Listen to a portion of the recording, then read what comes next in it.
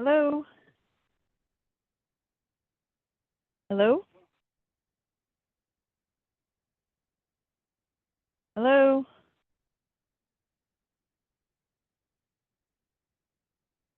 Hello?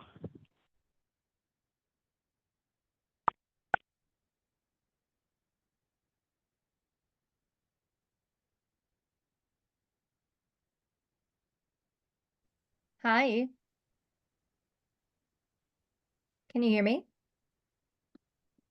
Hello? How's it going? It's good. How are you? I'm good. I'm just waiting for Bonnie. So let's just give her a hot second. Okay. Okay, thank you. So I'm sitting on a porch in the woods with four guys. Me and four guys, and they're supposed to go to the other side of the cabin because I'm in the best part with the best signal. So yes. Um, Let me know. So my laptop's inside charging. So let me Okay. know when I need to get my laptop. I'll have to step inside to get it. I forgot to charge it before the call, and I thought I'd be able to take the call inside, but literally by stepping 5 feet away outside, I get 2 more bars. Oh, well, that's great. No, I'd rather have you do that. Don't worry. I won't Well, like be, when we're listening, like when we're listening to the call, I want to have the markers open, right? So yeah. so I can review the markers and all that. Yeah, so you'll have more time to get that. That'd be great. Okay, perfect. We'll Yeah. do. How are you Um, doing? I'm okay. I'm okay. I'm happy that there was no hiccups with trying to get um onto Zoom today. I Yeah, I take that checked as it. a I checked win. in with yes, I checked in with Cheryl and just made sure she was okay with it, and she was. And then she forgot to get me the dial-in, so I didn't have to do the Zoom, and she was able to just get it to me right before the call, so it worked out. Oh, good. Okay, great. Perfect.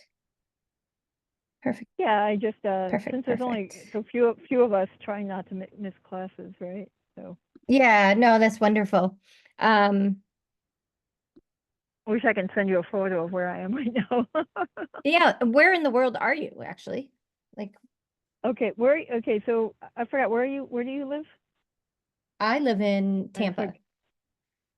Okay, so it's away. So I'm in California, Okay. in the north of there's like Reno, Nevada, and there's Sacramento, and there's like instead of going between the two at a northeast angle, you do this northeast arch, and I'm literally up in the northern Sierras in a canyon that I never heard of till I met my partner.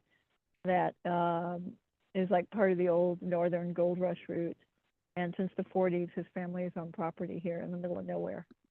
Oh, that's Uh, awesome. it So like this morning we went hiking on a trail.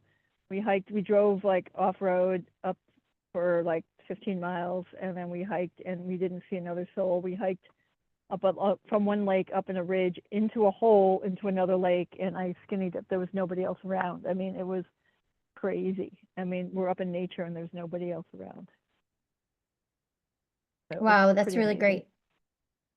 And so we fish, we hike, we relax. Like before this, I was in the hammock, and if the hammock was on the other side of the house, I would have been in the hammock for the class. Oh But my it's God, on that's the so wrong. great. It's on the yeah. Oh, so how long are you there So for? yes, I come home tomorrow. Oh, So good. now that the boys came, and then tomorrow, Chris drives me back to the airport, and then and then they'll all be mountain biking for the next few days. And then Chris comes home on Sunday, and then the rest of the guys stay for like another week. Oh, great. So it's pretty awesome. Yeah, until I met my partner, I never even knew of this part of the country, the part of the state. Wow. Yeah, I'm sure it's just beautiful. I've only been to like Napa, so I'm sure I'm not even anywhere near close to that, but So from Napa, you would probably drive 5 miles northeast. oh, okay. So that is far then. I mean, close. Well, yes and no. I mean, 5 hours is yeah. I Oh, mean, maybe that's like I, I thought you said 5 miles. no 5 Got it. hours. Got it. Okay, I need to just find something, so I will be right back. while we wait for Bonnie.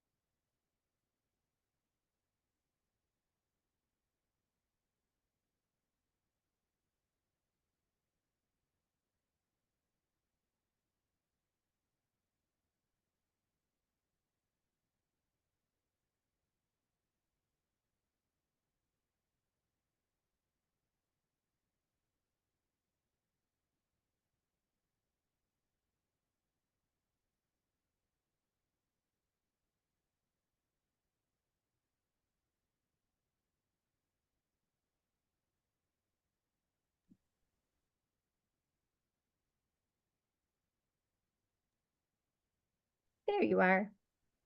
Hi. Oh, here we go. Hi. How's it going? Everybody's having a crisis at the same time.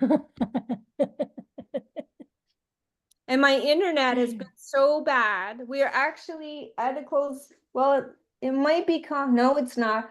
We're having major sandstorms here.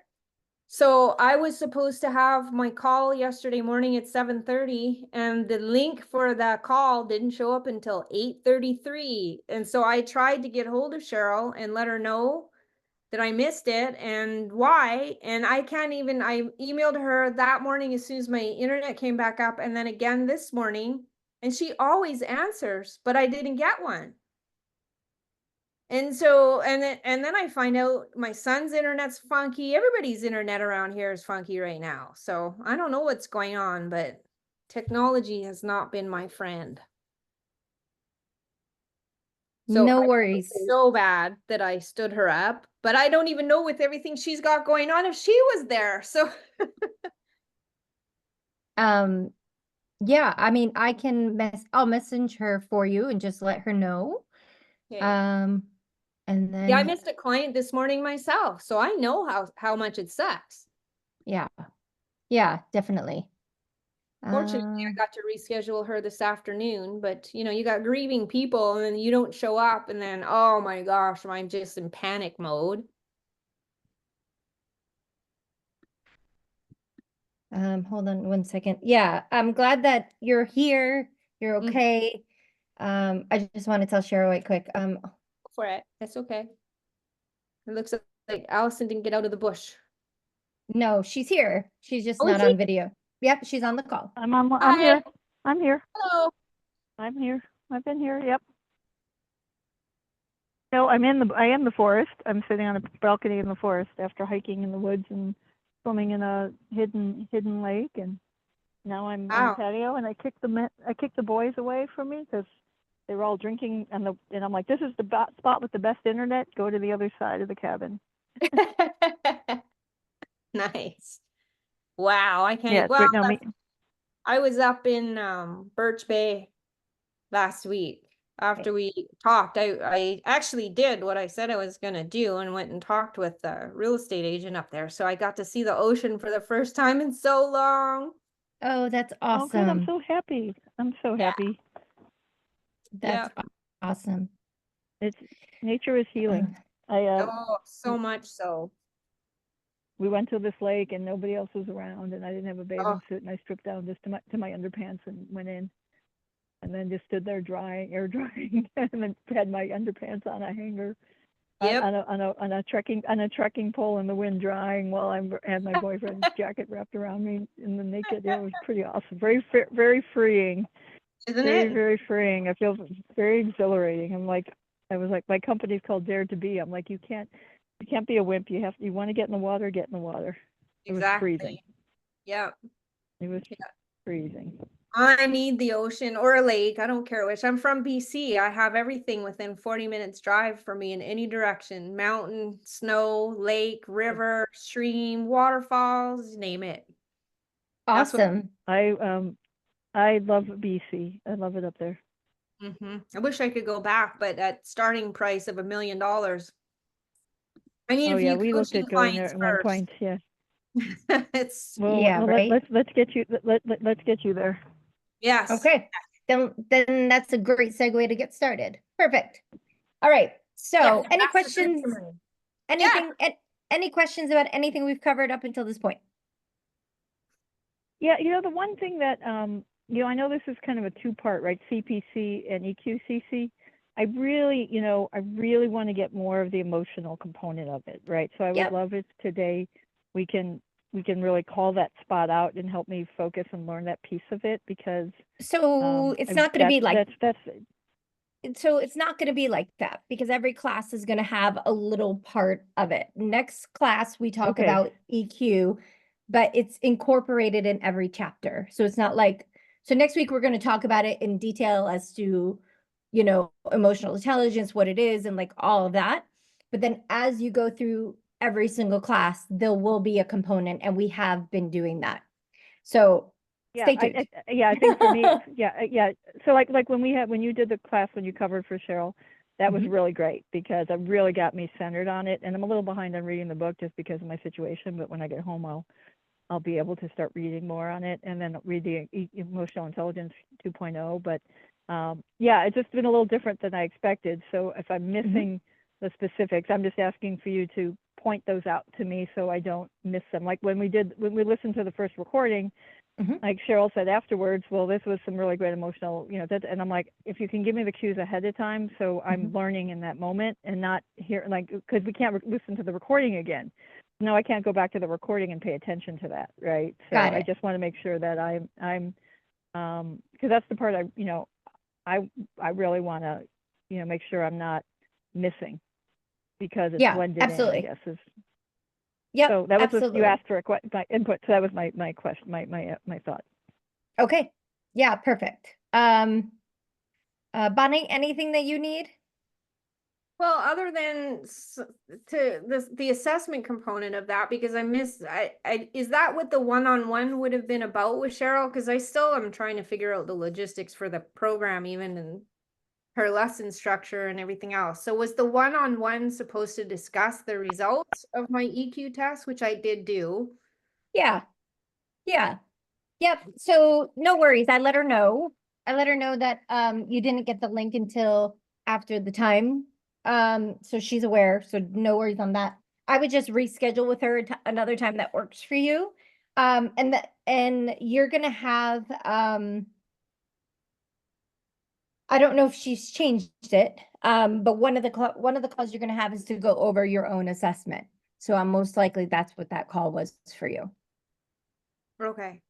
So I Okay. don't even know if there would have been much to even discuss at that appointment yet, because we're not all that deep in. I had just done my EQ assessment, and I had just done my very first coaching, which was out of order anyway. It wasn't due till today. So it's only Yeah. fluke that I would have had something even at that point. So the only other thing was everybody was supposed to take 30 or 40 minutes for that test. Probably took me 5 minutes. Okay. And that spooked me a little bit, because as the questions came, it was just so easy to answer. Yeah. I'm feeling like I might have done it wrong. No, you're good. I wouldn't read into it at all. Just see what your assessment shows for you. And the thing too is that you could take it more than once, right? So as you go through, I don't know if this one specifically, we have to ask Cheryl how that works, but I know like there's others available online. So even if you took it 6 months from now, you'd probably score a little bit differently than what you did today. Or There were this time. some things on there that are being impacted by the situation I'm in right now, this particular change. And that was surprising to me, because I imagined it being written to correct for those kinds of things, to get a more median measure of where you're at as opposed to an affected measure, because of course divorce is affecting my sense of self and my sense of happiness and my sense of joy. Yeah. It's not permanent, and I know that, right? Yeah. So it was really odd to answer questions about that, and I'm going, well, this is what it is right now. Yeah. 6 months from now, it's going to be different. Yeah. Yeah.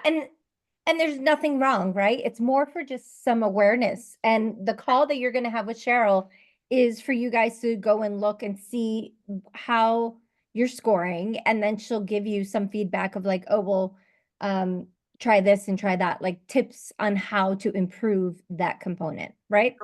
So no stress around any of it, honestly. Okay. It's all good. All right. Okay. So today we're going to talk about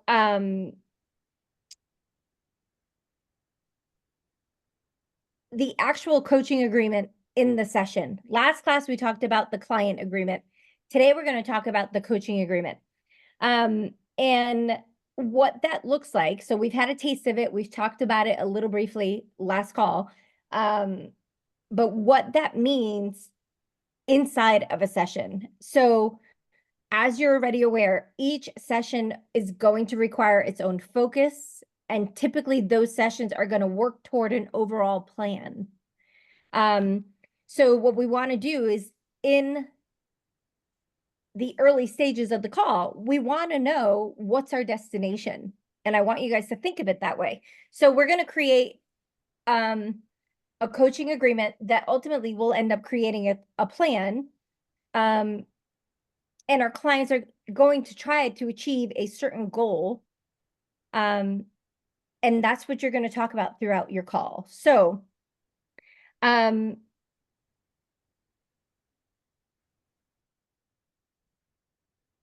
one thing that I want you guys to remember is that this conversation of what they choose, right? This question of when you ask them like, okay, what is your topic? Like, what do you want to focus on is a good way to kind of answer that. Sorry, it's just hot.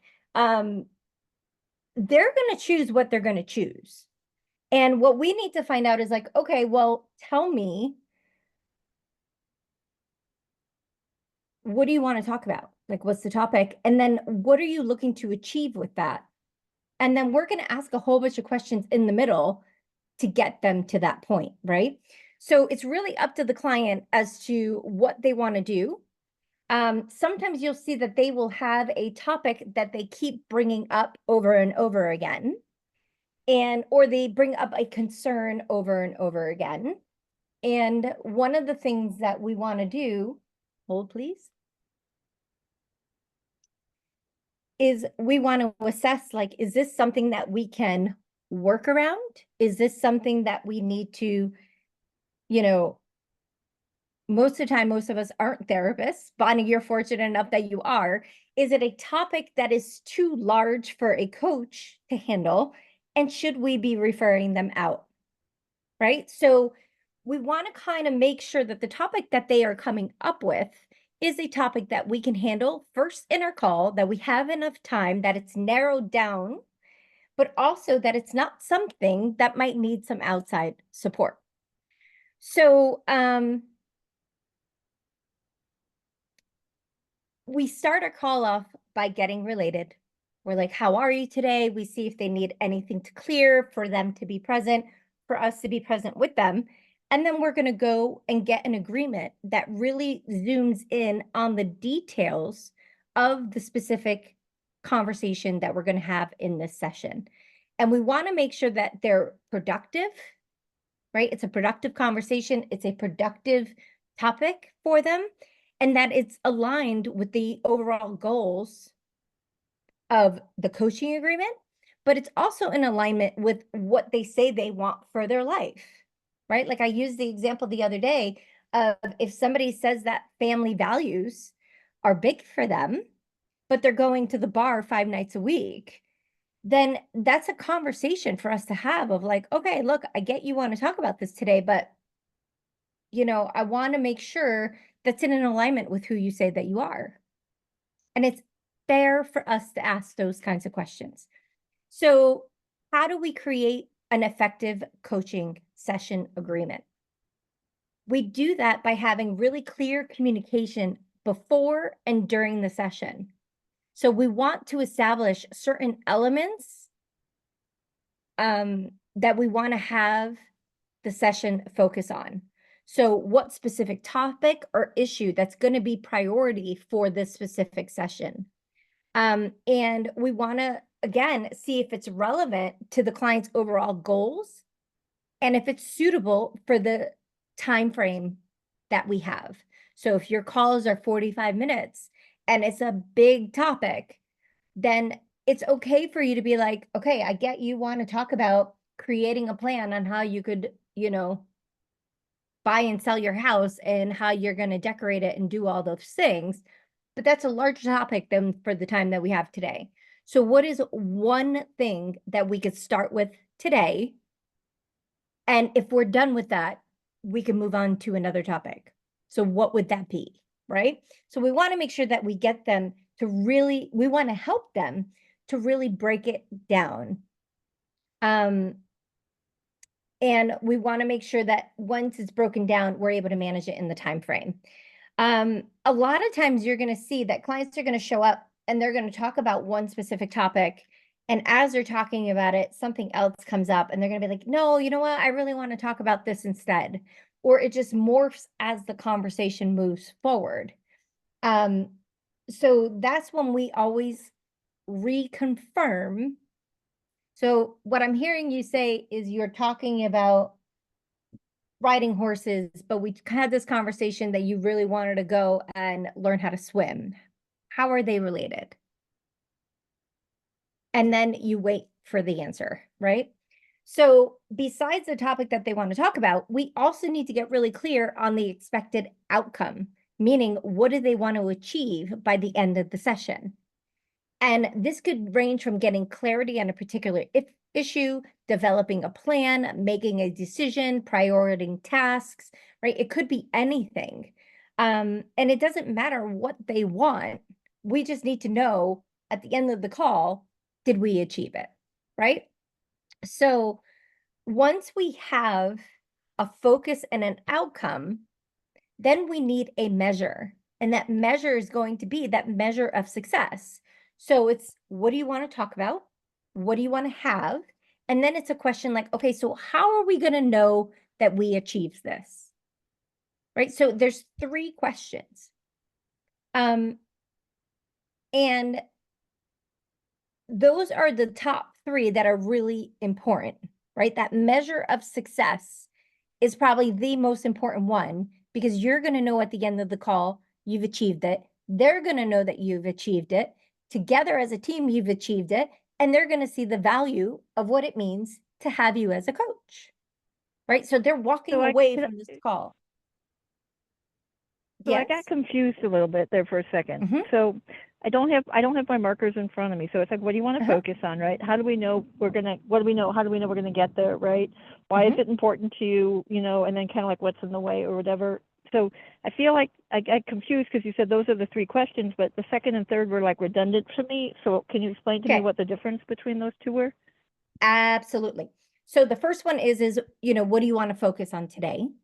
Right. Yeah, that one's, right. Clear on that one. And then it's like, literally, what would you like to have at the end of this call? Right? Right. I want to have 3 steps I can take to ... Yeah. Whatever. Yeah. And then there's a measure of success. So it could look like a question and it depends on what they bring as topic, but it's going to be like, okay, so how are we going to know that we've been successful? So sometimes what if they say, so I'm confused on the on the difference between those 2 because you just said, how do we, you know, what do we want to accomplish? We want to have 3 steps. Well, how do we know we're successful? We define 3 steps, right? Yeah. Is that, so hold. Yeah. Yeah. Give me 2 seconds. I'm going to give you actual questions, and then I'm going to tell you right here. So what we want to do is the first off is, I'm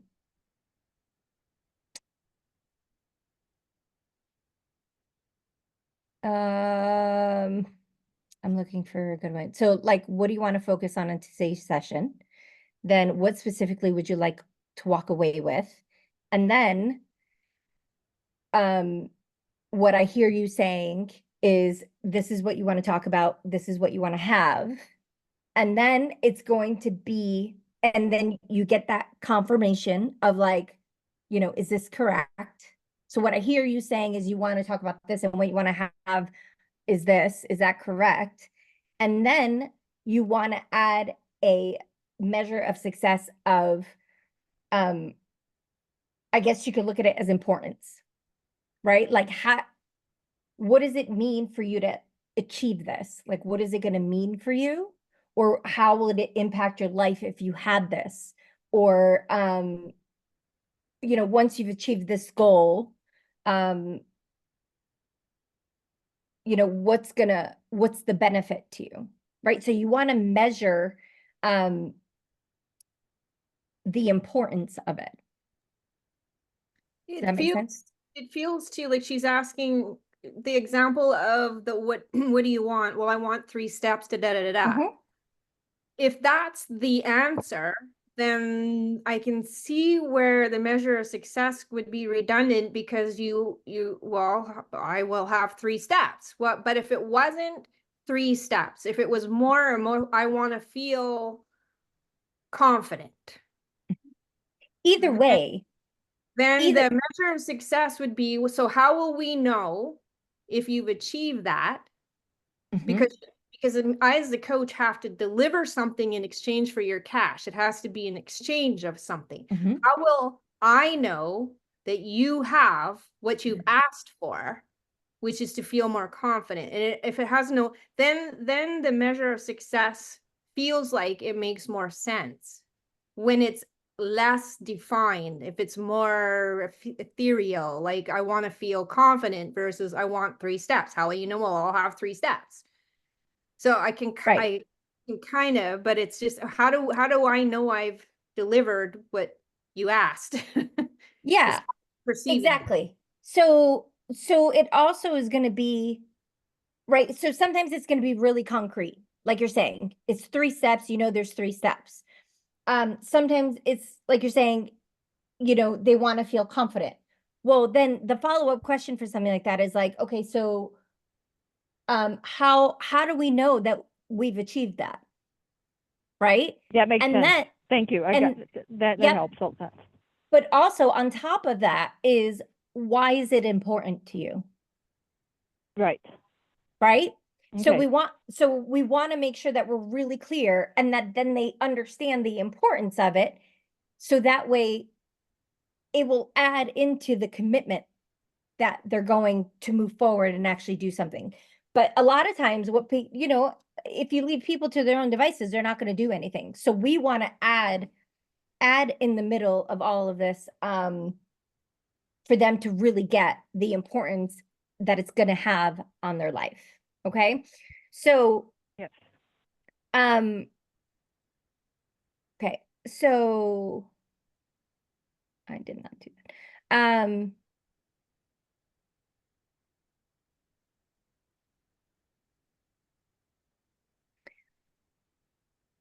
One of the ways that we can ask these questions to them is either, like on a scale of 1 to 10, how important is this to you? Right? On a scale of 1 to 10, how committed are you? Right? Like we're gonna ask specific questions so that way they understand where they stand with that. And you could also ask the importance question in a way of, if you had this available to you today, what would that feel like? What would that provide you? What would it be like? Right? So you can do both for that. We want to make sure that the client is clear on what they want to accomplish and the importance it is for them. And that it's a tangible thing that we know that we've achieved it at the end. So the model follows this pretty closely. And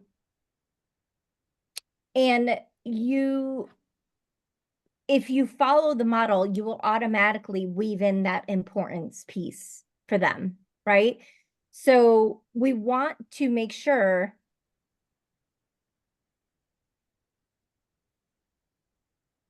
that also we get the impact of them achieving it, because that impact of them achieving it is also going to, like I said, bring that commitment piece, but it's also going to make them excited and they're going to want to move forward because they see the possibility of it actually being available to them.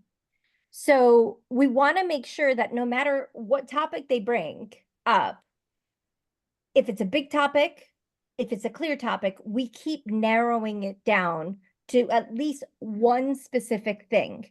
So when somebody gives you a big topic, you can just say like, hey, this is a larger topic than we have time for.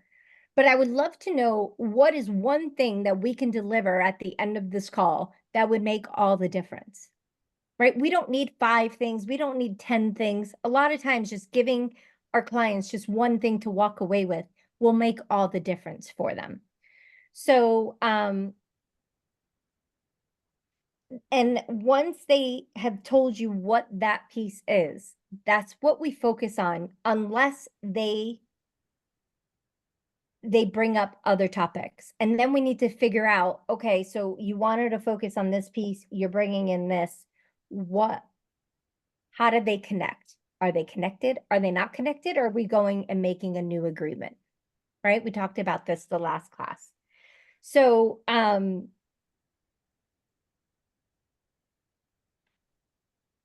right. So we talked about all of this. Well, you're also going to potentially locate a values conflict, which will become a barrier that they may not even recognize ahead of time. Mm-hmm. Yeah. And we're going to talk about that because part of our conversation, we're going to include, so what gets in your way? What's stopping you? Right? Part of one of the competencies is obstructions. And so we're always going to ask about that. Just like we're always going to ask who can support you around that? What support do you need around that? And get them to see like, oh, maybe I need more training. Maybe I need to invite my friend Janice to come and help. Right? So or maybe exactly. I want that after all. What's that?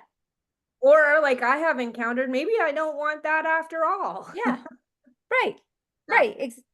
Exactly. So we want to make sure that we are really clear as to, I need to turn my notifications off because they're driving me a little bit insane.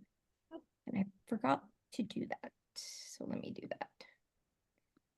I don't even know how to do that. I just make sure I'm not in my emails because otherwise they come in and it drives me nuts. I have it that if my windows are open, then they come up and otherwise they don't. Okay.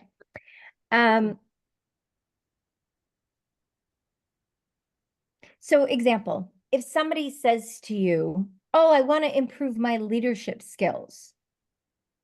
Like that's a huge topic. You're like, okay, what about it? Right? So we need to really, so the follow-up could be something like, so is there a specific aspect of leadership that you want to focus on? Right? Just to get them to narrow it down a bit. Or if they say, I want to work on communication with my team. And the follow-up question would be like, okay, great. So like by the end, if you want to work on communication with your team, then by the end of the session, what specific outcome would you like to have regarding your communication? Right? To get very clear, they need to have a clear plan, especially when they're trying to deal with difficult situations or conversations or anything like that. So if it is a difficult conversation that they're trying to navigate, then a follow-up question would be like, okay, so I know you're trying to handle this difficult conversation. What would be, how will you know we've successfully created a plan? And what will be the indicator for you that we have? Right? And then the client is going to tell you, okay, well, I'm looking for a step-by-step strategy that I feel confident about. And then and then you're gonna ask them, okay, great. So you're gonna have this strategy on how to have this difficult conversation. What is it going to be like for you to effectively have this conversation with your staff? Right? And then bring up that important piece with them. So we want to make sure that when they say something like, this is what I want to talk about, and this is the outcome that I want to have, the most important thing to do, besides just asking those questions, again, is to reiterate that that's what they want to talk about. So I get that you want to talk about, leadership within your team. And one of the things that you said you really wanted to have was a clear pathway on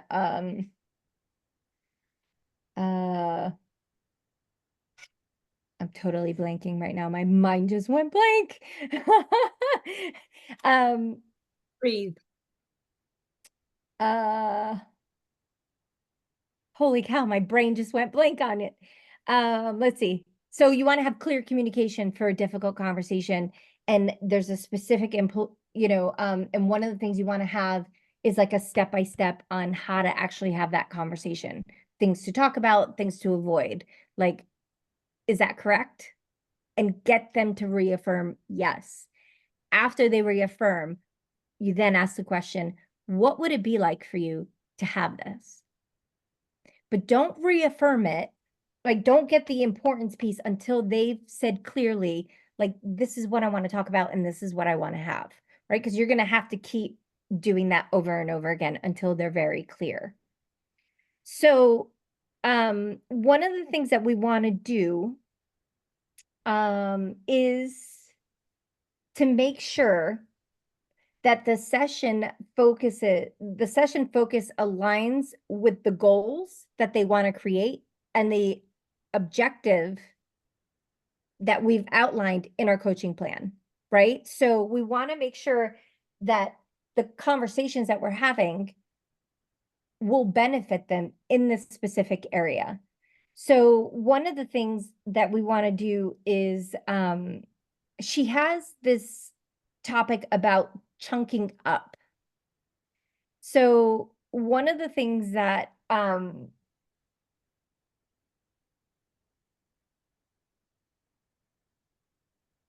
say your client shows up and they say, I've been trying to network more, but I just can't seem to find myself like to attend like certain events. I'm not sure which ones are worth my time. So what we want to do is then say like, okay, well, let's take a step back and look at the bigger picture. What's your reasoning for networking? Right? Like, what's the ultimate goal that you're trying to attain by doing that? And so then your client is talking about when you have them go and look at the piece of what value they're going to get from networking,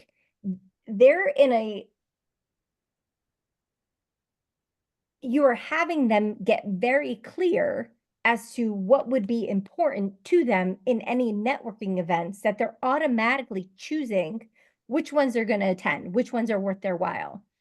And we especially do this with conversations that are really difficult, with conversations that could be potentially emotional for our clients. So say your client gets upset about something. A lot of times what we do as coaches is like, okay, well, I get that you're not exercising right now and that you feel like you're not putting yourself first. Tell me about another place in your life where you're doing that. Right? We get the matched behavior, but maybe on a topic that's not as inflammatory to them, that they have an easier time talking about. It's not so raw for them. So when we chunk up, that's also what we're doing is we're having them take a look at exactly what they want to talk about, but we're not having it be like such importance that they have to do it in a specific way or talk about it in a specific way. Does that make sense? Everybody with me? You're talking chunking up, chunking up, right? So, bigger yep, picture. bigger picture. And that way, through the bigger picture, then we're going to be able to get the minutia of what's important to them. Or Okay. get them out of the weeds if they're caught in the too Yeah. specific that they can't even see. Yeah, exactly. Exactly. Okay. But So, is it also creating a map for them of when they've been successful before? So they like it doesn't, it creates the possibility. it could be. It could, yes. It depends on the conversation, right? It depends on the topic. It depends on what comes up, but yes.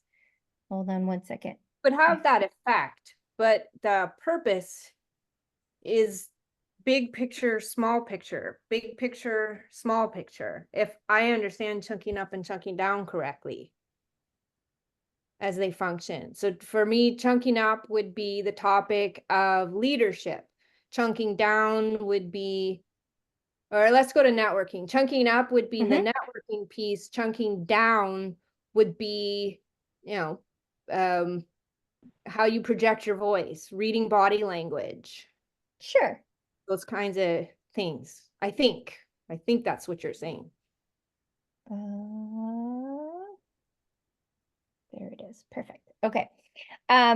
Yeah, I mean, I will be reading this in the book, and I will catch up on that, because I think it's hard to follow without like seeing you know, an image of it. But I'm trying to so get let it to download on my computer, but for some, Chunking is a thing. there it is. You talk But about I it in can't see it. linguistic program. Oh, you can't see it. Right. So chunking is a Well, do technique. well, hold on a second. I have chapter 5 downloaded on my computer. Should I go pull that up? Okay. Let me yeah, go. Remember I told you I have to go get my computer if I'm to look at something.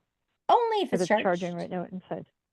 Yeah, it's charged enough for this. I mean, yeah. Perfect. I just I forgot to charge it when I didn't have it. I wasn't near an outlet when I was in class on Monday, and I forgot to plug it back in when I got back to the cabin. So let me pull it out, because I don't want to lose this. So I want to get this, because I haven't heard that term before. I don't remember that from before. Yeah. In my other training, I don't think they use the word. Yeah. So chunking down is getting really specific, right? Yeah. And so let me pull up chapter 5. What page? Yep. So if you look on page 3 of chapter 5, the effective coaching session agreement. Hold on. So it's page 2, my computer's page fully 3. charged. One is chunking down, one is chunking up. Yeah. So chunking down is what we talked about, getting really specific as to what they want, get the details. And then chunking up is on page 3, and it's to get a broader perspective is how they define it, right? So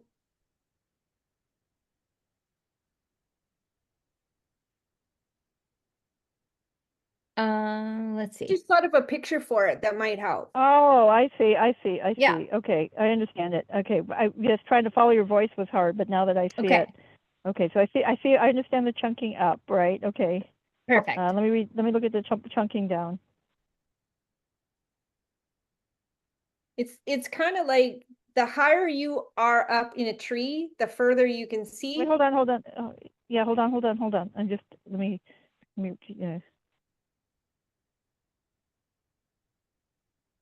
Okay, I got it. I read the. Okay, that makes more sense now. I understand it now. Thank you. So we want to judge in our conversations when we have our coaching agreements and when we're trying to get our coaching agreements flat. What do I need to do? Do I need to get closer in? And once I do that, right, you're going to go and you're going to narrow it down. Remember, it's like a triangle. We're going to go with a broader topic and we get super specific down to what they want to talk about. And sometimes if they are too,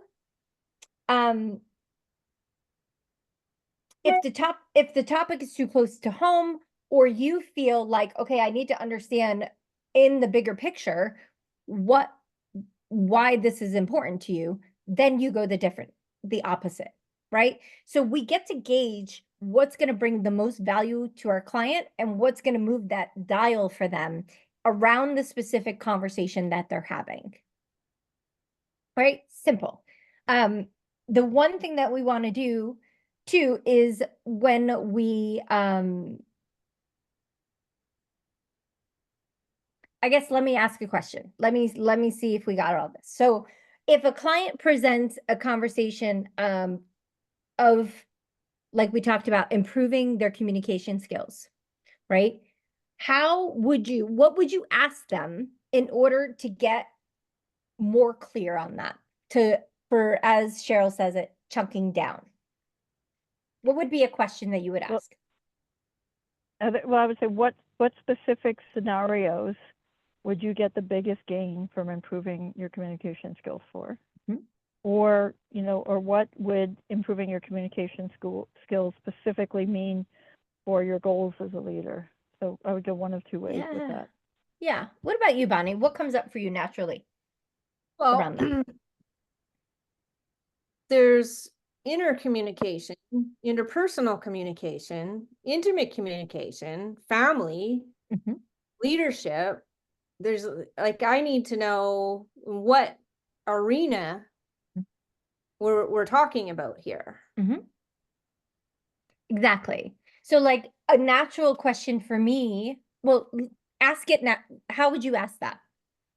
So somebody tells me they want to improve their communication skills, then I would probably say, all right, um, with whom are you trying to communicate?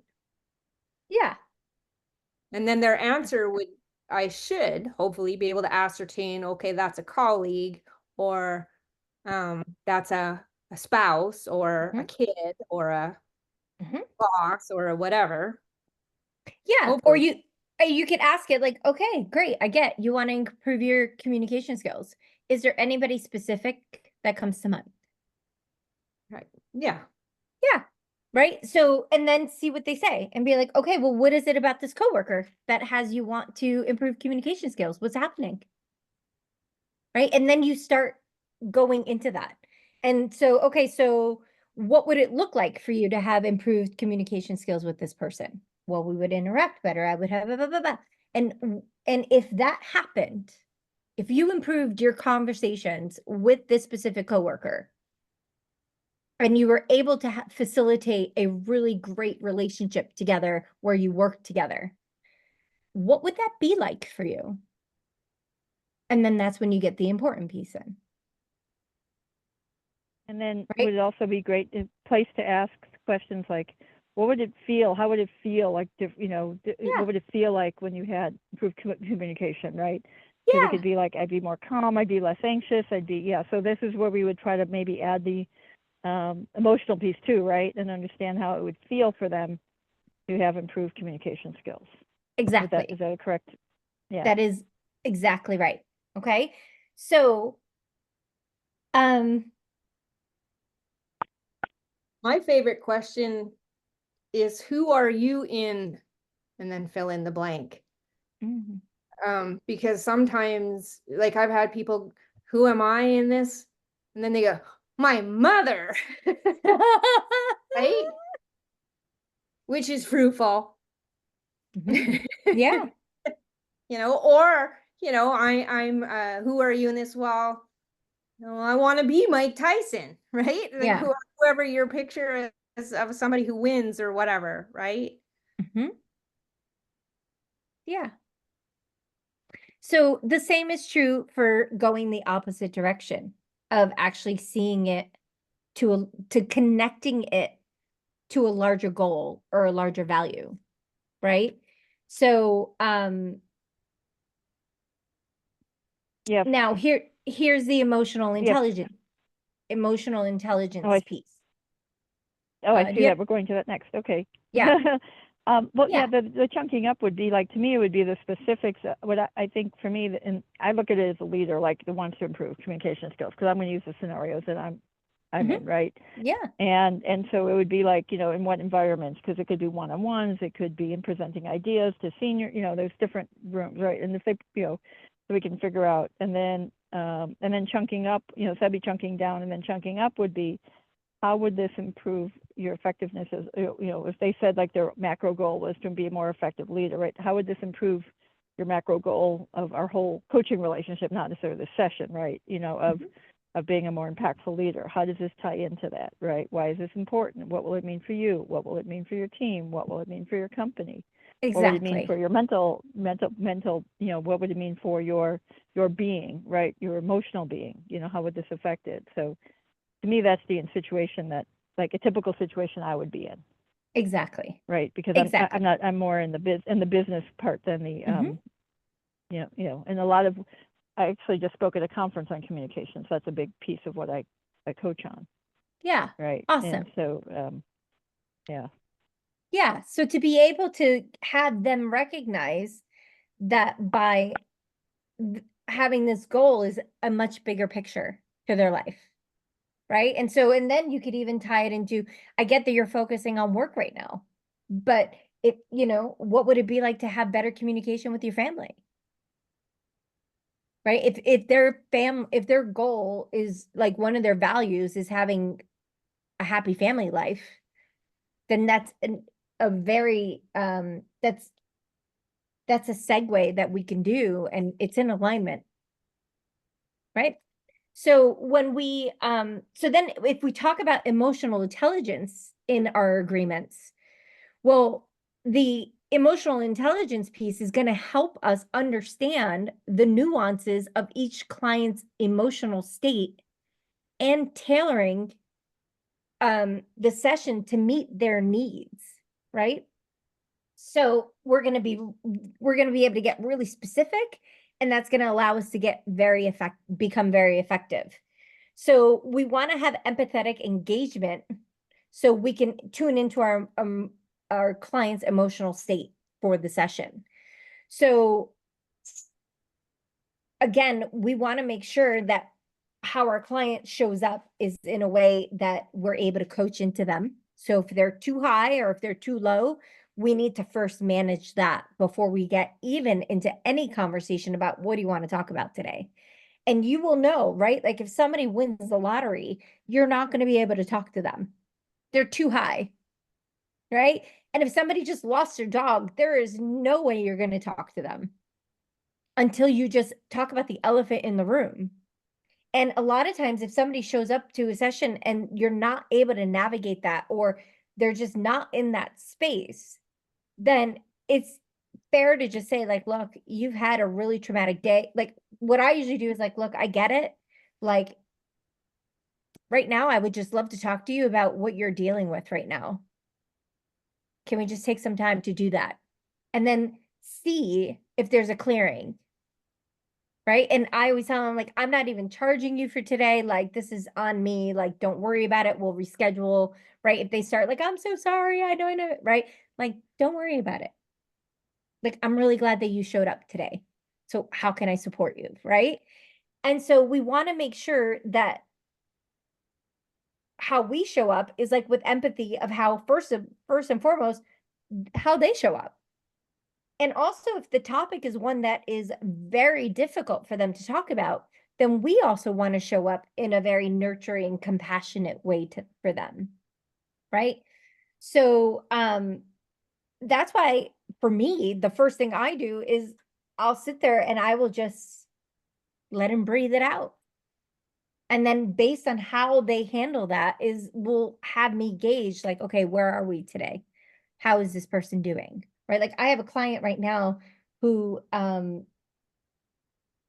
just found out her mom has terminal cancer, right? They gave her a couple months to live.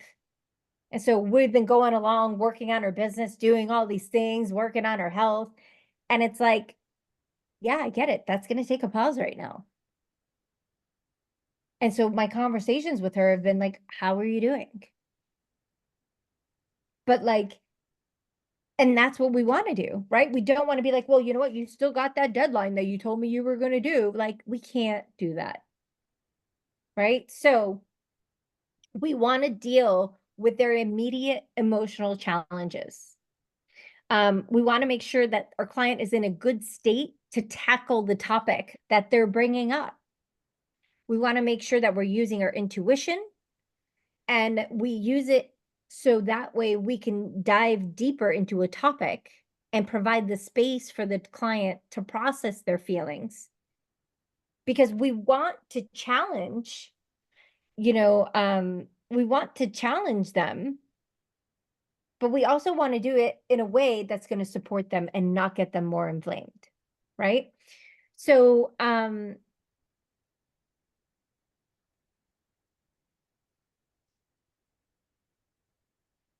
you'll know based on your client how they like to be challenged, right? It's like, and it depends on who the person is and what your relationship is, right? I'll tell you, like,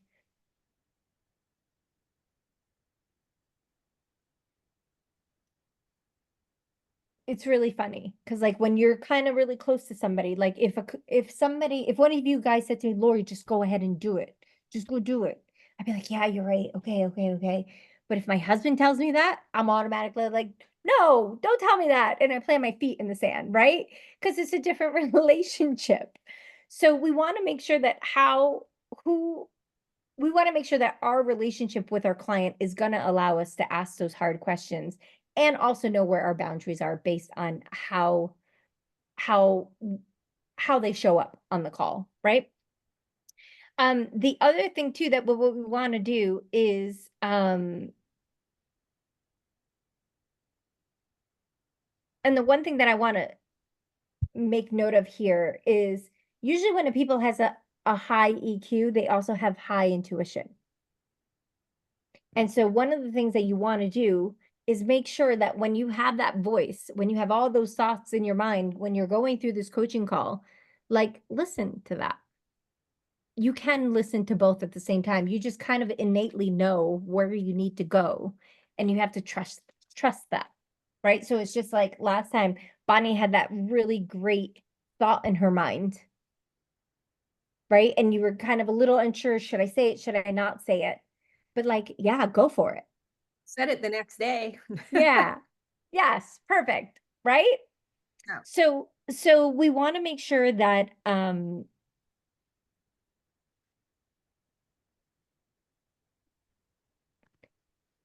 that one, we trust our intuition, and that we recognize and where our client is, we empathize with their emotional state.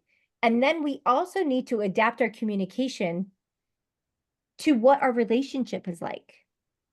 Right? I know that I can be really firm with one person and I have to go very easy with another because we're all different people, right? I also know that in my my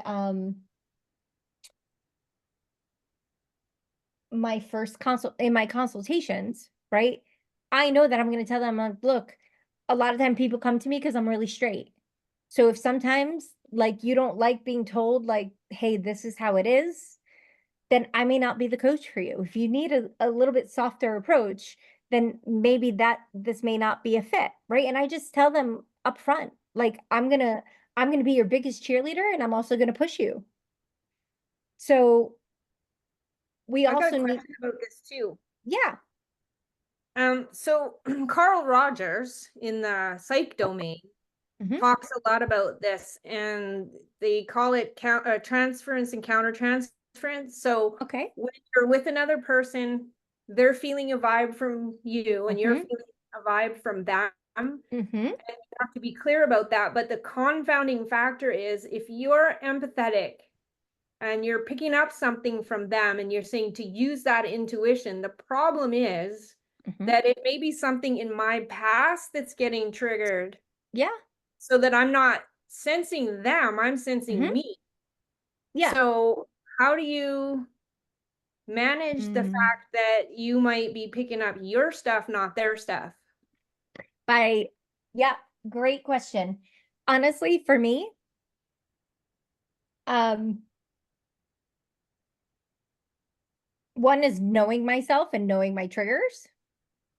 Two is developing that emotional intelligence for myself as well, right? And just really knowing every time something happens, I always go back and I reflect on it.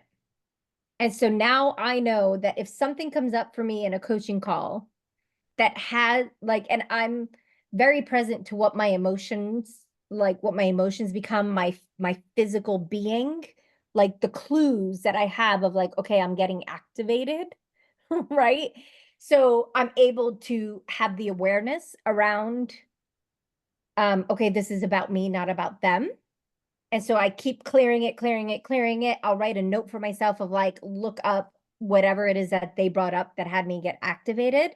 And then my stand in that is I'll support them with whatever they're dealing with, and I'll just keep continuing clearing, right? Really try to come from a neutral space, take all the amount of time in the world to ask a question, just breathe through it.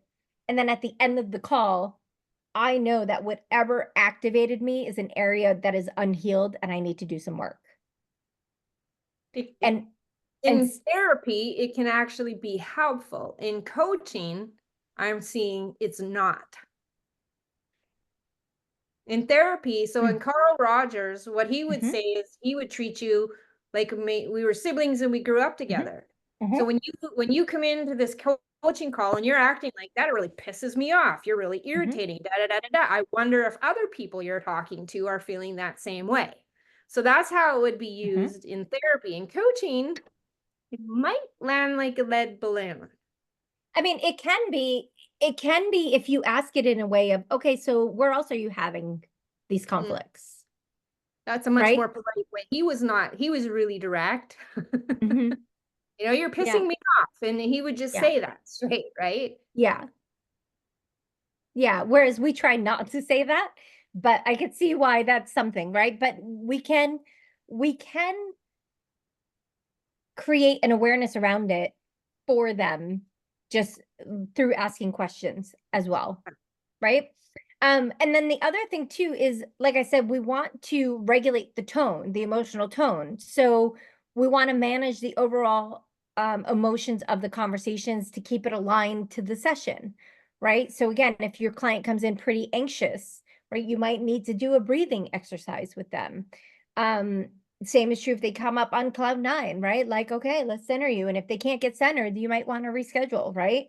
And then you also want to we want to reflect back with sensitivity. Sometimes it's going to be easier than others. Sometimes they may, like you said, they may activate you. And like you have to breathe deep and like really just kind of bite your tongue until you're able to. I mean, and again, it depends on your relationship, right? Like I had a client, literally, we worked on her relationships. She kept going after guys that were like no good, no good, no good, no good, no good. And so we started working on her self-worth. Like, why are you getting all the, why are you attracted to these guys that aren't giving you much? So we went down this pathway. So she did all this work. She was in a really great place and she went on the Camino. So she was on day 8. She decided to pick up her old behavior and then was calling me in complete distress. I had her on the phone for probably a good half hour of her saying how bad and wrong she felt because of she completely went against everything that she knew she should do, right? And literally, she wasn't listening. So at that point, I literally said, blank, her name, I am not going to allow you to ruin this experience for you. And it was the first time that I ever sat there and like put my foot down. But she needed to hear it in that moment because she was spiraling. And I said that to her. I said, I will not allow you to erase all the work that you have done and this amazing trip of a lifetime that you're on because you're human and you made a mistake. So now it's time to learn from it. Right. But like sometimes we have to be that stand for them and they're going to have to hear it how they need to hear it. And we need to decide how can, like, I don't want to say it this way, but it's how it's going to come out. Like, how far can I push it before I really upset them? Or like, you need to know your client. You need to know, like, I could say this to her, but I know I can't say this to her that way. right? And that's kind of what we need to do is like when we reflect back, sometimes you need to give people like an awareness around it if they're not getting it, right? And sometimes you're going to give them a really long rope, and it just depends on your relationship, the topic at hand, and how you interact together, right? Any questions around that? And does that Well, make sense? Anything come up? It's about time too, because I have one client that is just for 4 months is just, and because of my experience with Allison on Monday, I caught her and I said, quite matter of factly, do you realize that in the 20 minutes you have been talking, all you have done is run yourself down? Mhm. And she stopped Yeah. and thought. Yeah. Right. But that took guts for me, because I've tried to push her before and it was no go, no go, no go. But this Mhm. one particular day, and maybe it was my confidence in it, I'm not really sure. But because Allison had said, if you had said this, that would have been a game changer for me. I'm like, I'm Mhm. never making that mistake again. And I said to her, hey, Mhm. right. And then she pushed back was that there couldn't be change. And I gave her 4 or 5 examples of how things actually can be changed. And so I said, do you want to stay the same or do you want to go a different route? What do you Mhm. want here? And all of a sudden she's open to Mhm. it. But it took 4 months before I could Yeah. Yeah. And get that's the that off thing. for her to feel safe and me to feel safe too. Yeah. Yeah, exactly. And this is the thing. We always are going to want to be sensitive to them. We want to be empathetic, but we also want to be constructive, Mm-hmm. right? So there's a dance that we're going to take. And like I said, some clients you're going to be able to be that way, you know, 3 days in, and other people it's going to take a while. Mm-hmm. And it's part of that building the trust too. And Because she's if they, very capable and sometimes they're harder. yeah. She's already very smart, right? So if I'm going to Mhm. bring her something, it's got to be something she hasn't thought before. Yeah. And so they're very often the most resistant, Yeah. actually. Yeah. Yeah, I get that. So ultimately, what we're trying to do is have this conversation without, and if we're giving them, um, if we're reflecting back, we don't want to break their trust. We want to keep it a safe place, but we also want to be able to push them forward. So, um, and then the rest of this chapter, let me see. Um,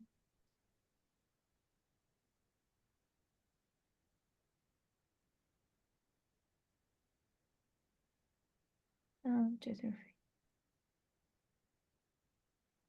all right. And so then the rest of this is going to be um the framework. It's also in this chapter spelled out one more time. So we want to, again, we're going to set the stage. We're going to begin by gauging the client's emotional state, their reactions. Say something like, thanks so much for being here today. Like, how are you feeling? Anything you need to clear? Are you ready for our session? Right. And then we want to reiterate that it's a safe space. Um, you know, that you might take notes. And then you want to then ask if there's any updates or progress since our last session. And we want to celebrate them for what they did accomplish. We want to find out if there was something that they wanted, a goal that they have not met, what got in the way. So we kind of know some of the other obstructions that they may not have foreseen. And then we want to see whether or not they want to reinstate that goal again. So say they want to go and run 5 days a week and they only made it 3. Then you ask a question around it. Like, is it reasonable for you to try to get 5 days in? Is that a reasonable thing for you? Yes, absolutely. Okay, great. So let's do 5 days. What do you need to put in place? And we go through every goal from the previous session. We reaffirm them if they haven't been met. And if you see that it's like 3, 4 times that it keeps cycling and they still don't have it completed, then you need to have a tough conversation, right? A tough love conversation of like, look, this keeps getting put on here, but you can't seem to accomplish it. Like, is it something you're really committed to? And then we just ask them straight out. The other thing too that we want to make sure is a lot of times for things that they're struggling with accomplishing, we're going to be like, one of the things that I like to do is like, okay, if you really want to work out 5 days, then every time after you work out, I want you to ping me, right? Or every day, what time do you want to work out? What time do you say you're going to have your workout done by? Okay, 8 o'clock. Okay, so then by 8 o'clock, I expect you to send me a note telling me that you're all set. And what I do, especially for those clients that need a little bit more hand holding, then I literally will put a timer in my phone. I'll give them to like 8:30. And if I don't hear from them by 8:30 or the next morning, depending on what I'm doing, then I'll be like, didn't hear from you. What happened? And I'll do that for my clients.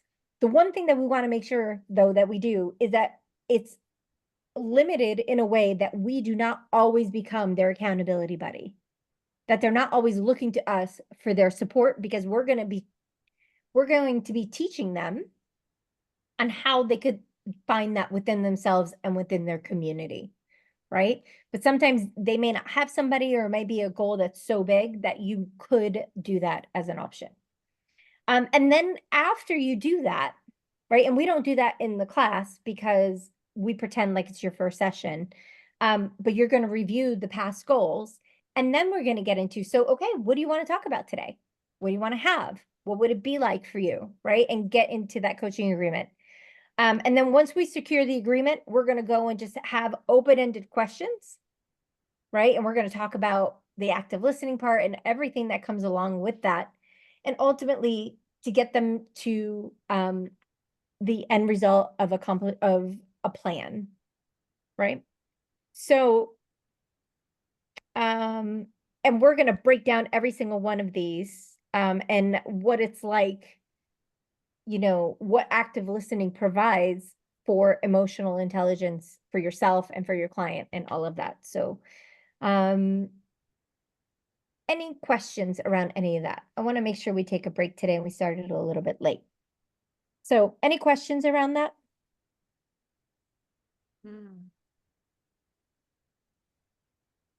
Yeah, I mean, a lot, right? I mean, a lot of this I already do. As far as, it's really important for me is that my clients don't become codependent on me. Yeah. Right, for decision making. And so, and again, I'm more business and executive coaching and leadership coaching, so I don't have that. I might have a situation where, you need to make, like I have a client, has been scared to set up a call. The VP has offered to meet with them, right? So I might be like, okay, set up an accountability moment for them to text me and let me know what happened, right? But I don't often run into those situations. It could be like occasional, right, when I'm pushing them out of their comfort zone and doing that. The other thing is, in designing my alliance, I talk about, my reputation is I'm a challenger, right? You come to me to be challenged because you don't want to stay where you're at. But my goal is to challenge you so you expand, not contract. So what does that look like? Right? Yeah, love that. In my designing the alliance. Yeah, is that, and it's my job as a coach to pay attention. And so that I know that I'm expanding them and not contracting them. Because if they walk away from, especially because of big and positive intelligence, which I think you said you are too, right? If I trigger their judge, then I've handled it the wrong way, right? So it has to be oh, I didn't realize that, versus, oh, am I really doing that? It's like that. It's to make it an aha, not an uh-oh. And so that's kind of what I do. It's really important, right? And that's something I think. That distinction before. Aha versus uh-oh. That's good. Yeah, I just made that up as we're talking. But it just, that's really what the goal of it is, right? Is for them to have a realization. It's to help them see a bigger perspective and to not realize that, like, for example, I have people come to me for communication. And so when people have given me examples, and I've had to say to them, what if I told you that it came across as condescending? Mm. when you said that, what would come up for you? What would you think of that? Because there's times that, you know, they give me specific examples and they're asking for feedback and I'm trying to stay in a coaching modality, but it's also like, oh shit, man, I can't believe they did that in my head, right? And so Mhm. I have to turn off my judgment of it and say, okay, you know, let's play with the different perspectives, right? You know, and so it might be, you know, but it's to help them see that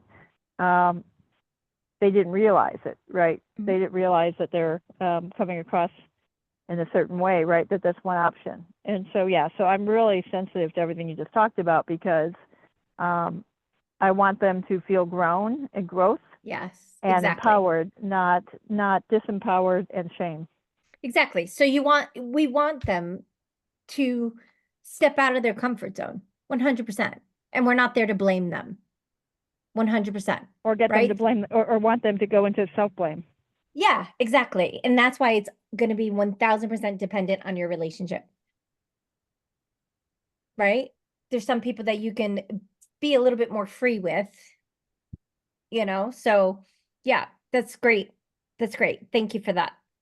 So, the other thing too that I want to make sure is that, like, if somebody keeps either, you know, you have an overachiever where they want like 7 action goals for their week and you know they can't even get through 3, then we challenge them a little bit on it. Like, we bring it up, being like, look, hey, last time you had 5 items on your action plan, like, you kind of struggled. Are you sure you want this many? Right? And like, it's okay to ask those questions. It's okay to completely do that.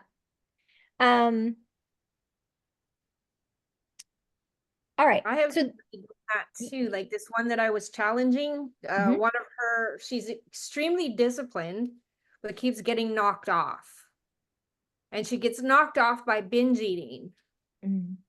So Yeah. she says, I just need the discipline. If I stick to the discipline, I won't do the binge eating. Well, I've been hearing this for 4 months. So I finally Mhm. said to her, okay, teach me how to binge eat. Mhm. And she Yeah. says, what? I said, well, you're doing it perfectly. Mhm. Teach me how to binge eat.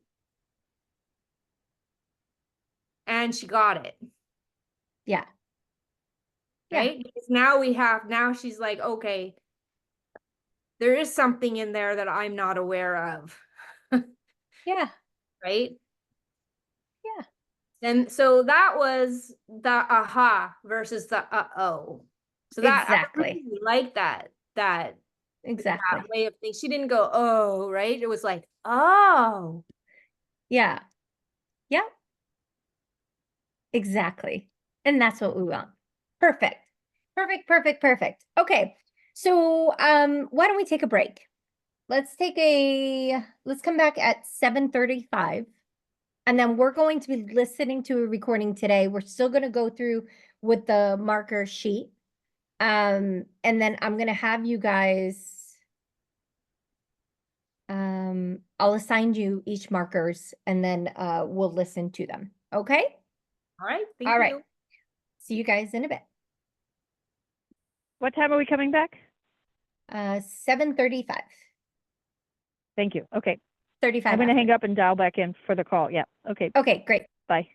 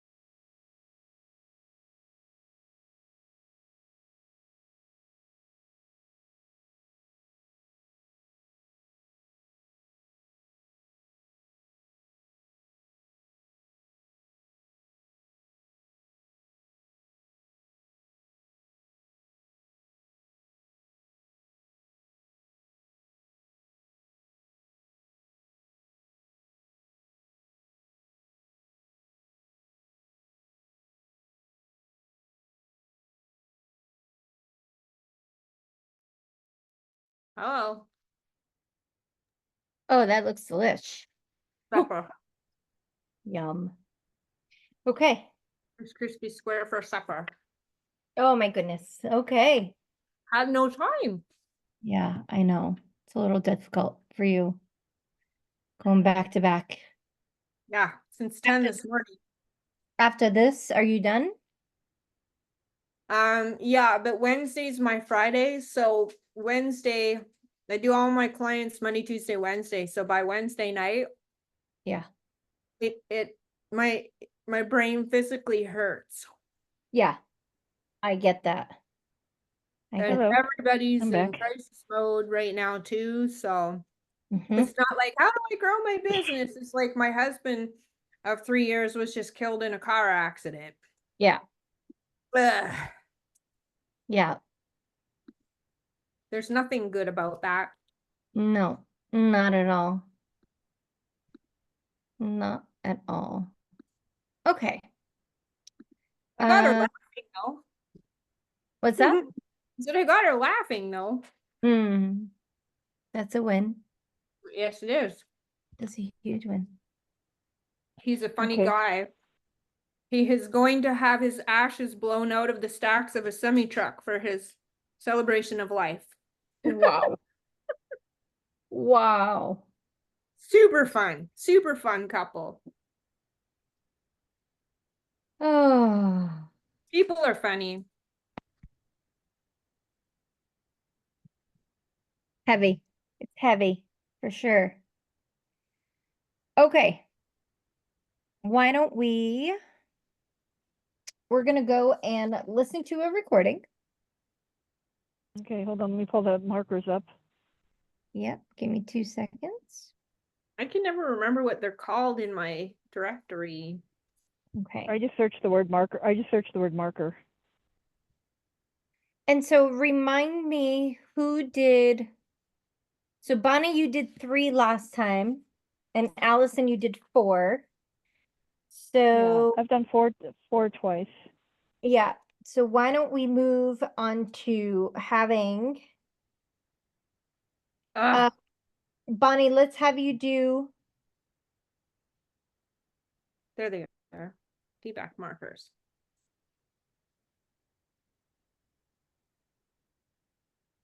I've only ever done 3. Yeah. So let's have you do, how about we have you do 3 and 4? And Allison will have you do 5 and 6. Okay, hold on, let me look at them. Let me read them through so I know what I'm. Yep. For sure. I It's also struggle. like it's also trying to be present on the call and then follow the markers at the same time, right? So I'll have to. You guys are good at that because you guys evaluate a lot of calls. So yeah, let's see if I can do that. Okay, wow, that's a lot. Okay, Yeah, and it's, you don't need to find everyone, right? If you guys can Yep. find at least one in each section, no problem. Okay? I can do. Okay, good. Yeah. That takes the pressure off. Thank you for that. Yeah, of course. Okay, perfect. And how So long is the call? 30 minutes? let me check. It looks like it is 34 minutes. So we'll Okay. have, yeah, let's get started. Perfect. Okay. Okay.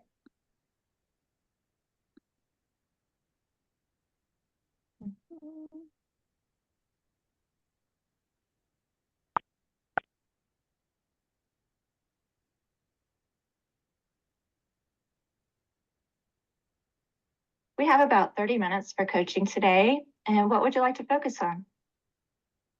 Yeah,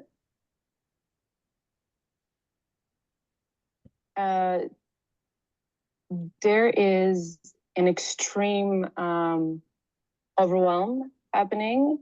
I feel over my head, and I need to be able to gather myself through the complexity to be able to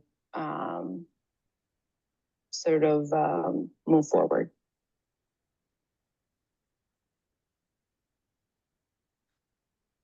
So what What's important about this situation for you?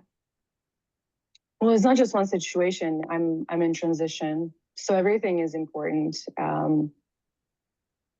And I think what's most important is to get a sense of maneuvering through that complexity. Yeah.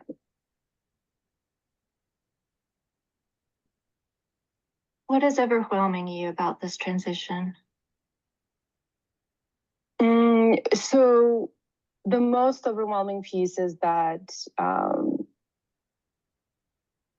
nothing is going according to the plan. Everything is taking longer. There are unexpected circumstances that are happening on everything that I'm trying to do. And that is delaying everything, confusing everything, while I'm also trying to make a longer term decisions. And so there's just a deep sense of disorientation.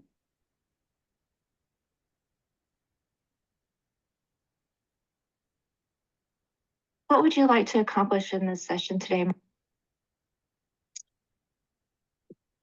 Well, yeah, like I mentioned, I would like to be able to maneuver through this overwhelm and complexity. That's my main goal today.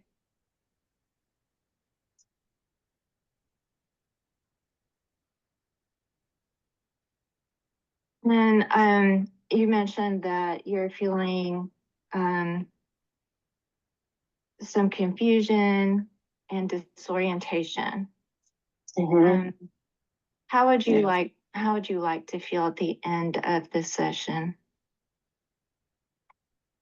Well, I'm not sort of expecting we'll be able to move the needle on all fronts, but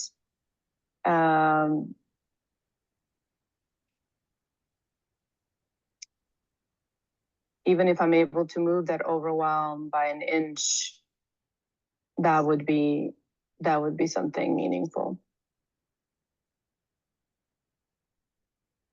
So on a scale of 1 to 10, where would you say you are right now with the overwhelm?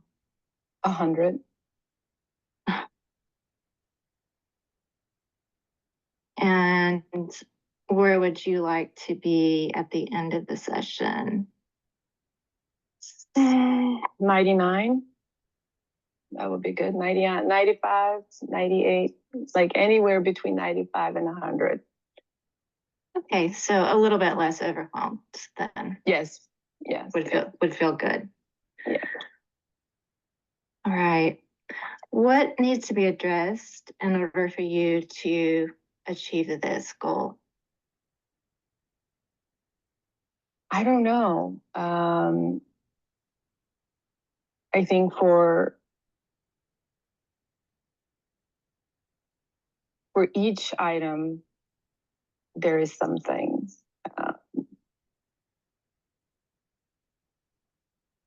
And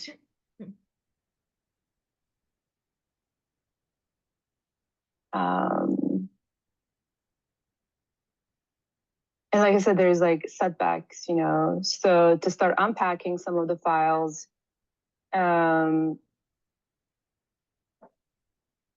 my family's moving to the Middle East this week, and there are all kinds of setbacks on that. My sister just had a brain surgery. I'm trying to launch my my practice later this year. I'm teaching, and I need to figure out some courses that I want to teach. So I'm in a course that is helping me figure out how to do that.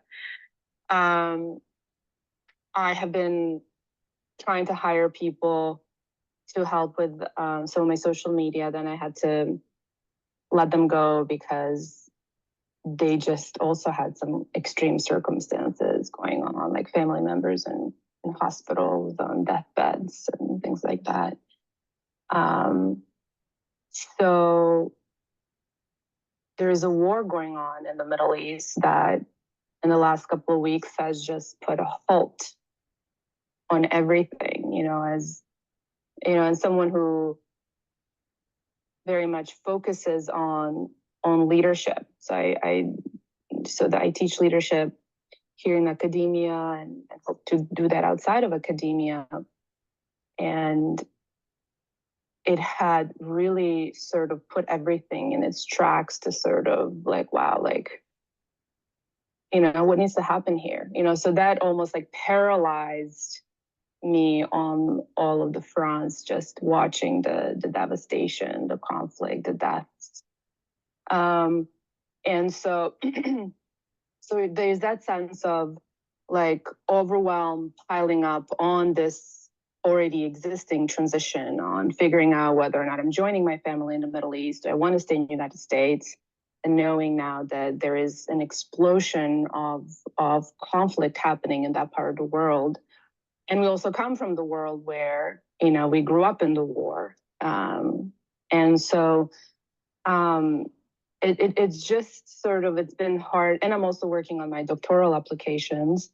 And so there is just a sense of, I know what needs to be done for all of these. It's just that the energy, the collective energy, everything sort of happening is just paralyzing me in some way. So energetically, cognitively, it's been really difficult to stay focused and present, and it's hard to have a sense of discernment given the level of chaos and complexity that we're all in, and then of course in my individual ecosystem.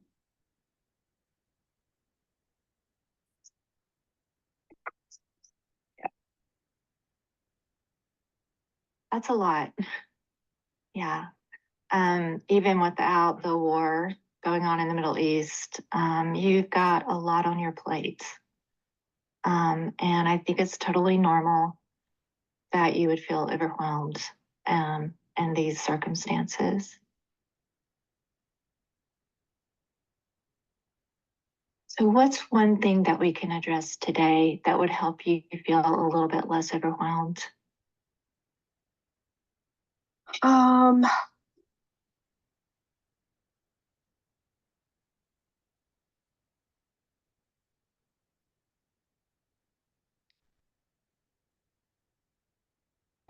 don't know. I think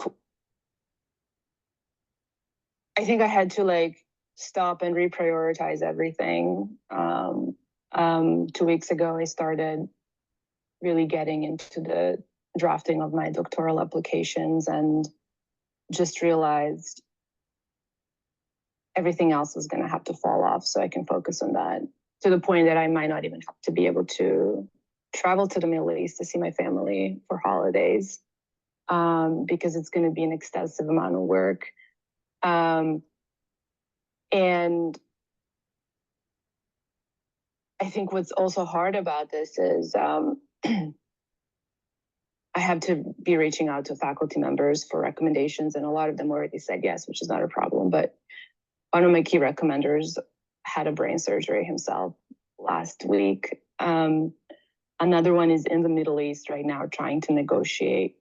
He's actually in Abu Dhabi this week with some of the heads of states. I just almost feel like I'm like burdening people by now, imposing on this stuff that I have been talking about, and they knew I was going to be doing this. It's just like, it feels like the timing of all of this is just crappy. It just feels hard to be like, oh, I need your recommendations when I know one of them is sick, another one is out there trying to help the world from blowing up. And there are 2 other faculty members that I can reach out to, but I haven't been teaching with them in quite some time.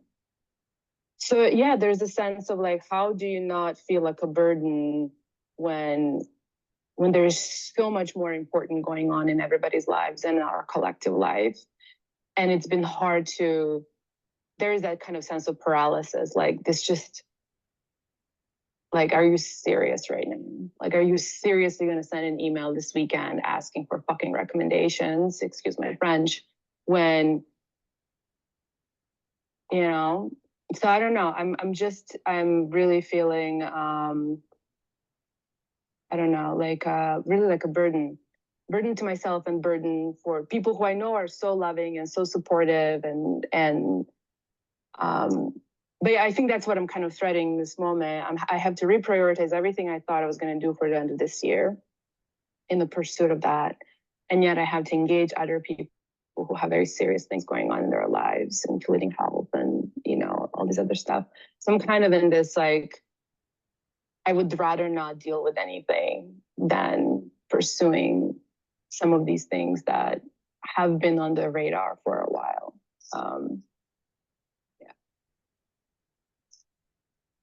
I want to acknowledge how sensitive you're being to the war going on in the Middle East, and how important it is to you to recognize that even though you have all of these other things going in your life, that is the thing that stands out as most important. It is hard watching through, you know, as someone who wants to be informed every day on what's going on in the world, and it doesn't leave me unmoved. And I am not saying that I'm whatever side. I just know that I care deeply about human beings, and seeing the world, sort of this darkness descending upon the world in this way, is really hard. And yet, you know, how do I move forward with things, and also, you know, what can I contribute? But you're right. I think it really stopped everything. It almost, like, there is an ask, and what is the ask right now? I can't pretend that there is business as usual. I think that's the service. That would be the service to, you know, this practice that I want to, you know, birth into the world. It's the service to everything that I have done in my life. But I also know it's a disservice that I just turn into a rock and don't do anything. So I know that, like, I'm starting to realize that I have been in this kind of like mommy mode for the last 3 weeks. And so there is an awareness now, like, I'm not being of service if I stay like this for any longer. Like, I know I have to be moving forward, but I don't know how to honor the pain and the loss, and also then transition, like how to embody now that all of that, and yet continue with life and everything else. So I'm just sort of like, you know, just kind of without words, just not knowing how to proceed. Yeah. I'm hearing that despite everything going on, the overwhelm that you're feeling with the war in the Middle East and feeling paralyzed, you really want to be of service in the world. Yes. Yeah. Yeah, and I think the question that comes to that is, you know, what does that look like? You know, what does that look like to be of service to my sister who just went through brain surgery? What does it look like to be of service in this transition that I'm trying to do from one part of the world to another part of the world? What does it look like to embody service in these applications that I'm writing, and to show that intentionality? Because I want this to be not about me, but to be, again, about the service. And I think that's why the fact that it's happening at the moment when all of this is happening is just like, it kind of amplifies, because I'm feeling like my words are empty. Because of course I'm applying to programs that are about leadership, right? And so as I'm seeing, like, wow, like, everything I'm writing on this paper is BS. because look at what is happening. And so it almost like created like so much more weight and so much kind of like pressure. Like, let's, this, not necessarily it's not good enough in terms of like, I'm not good enough. It's more like, look at what is happening today. Like, how are we ever really going to move a needle on anything? So that, you know, was like, wow. You know, my practice, I mean, we were going to launch in December and I don't think that's going to happen. You know, it's just like, there's a sense of like, how do I show up and embody service in all of these facets when I feel like I'm really falling short? Yeah.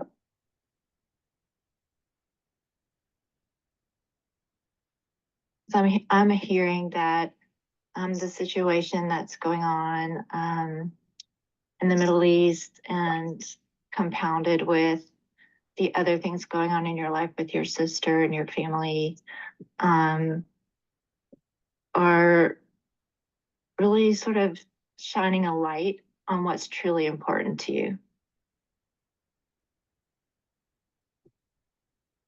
Yes, I think there is that,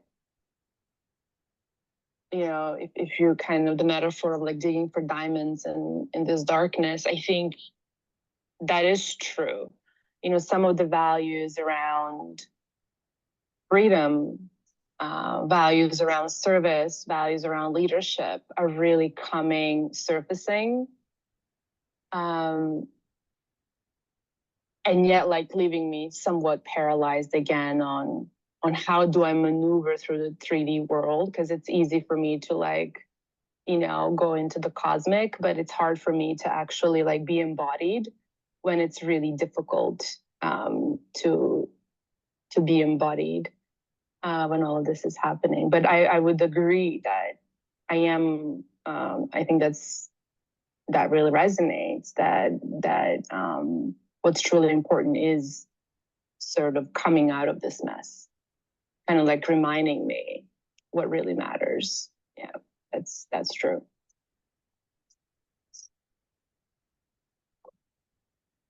When you say embodied, what does that mean to you?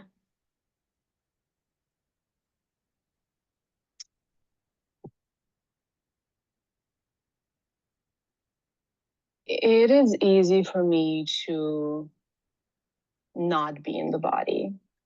It's easy for me to numb myself. It's easy for me to medicate with emails, medicate with work, medicate, you know, with like busy stuff, you know, it's just, and I think that is an old pattern of, well, there is all this stuff going on and I'm doing this, and that's not working anymore.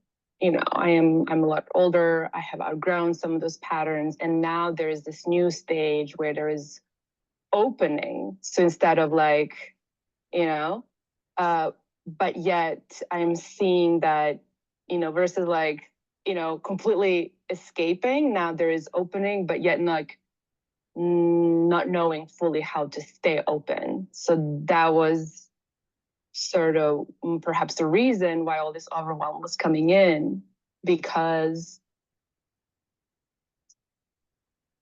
it's a new way of being for me, like the new way of being present. And I think, you know, when I think about being fully embodied is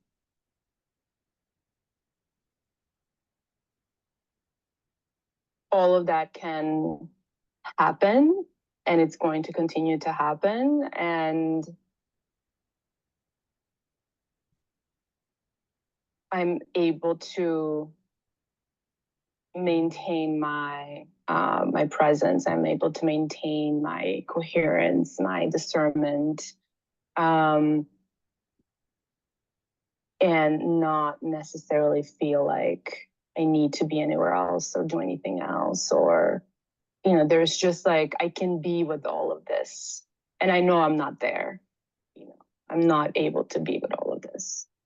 It's too much. I think that's why that extreme overwhelm is present, because I don't know how to be with all of this.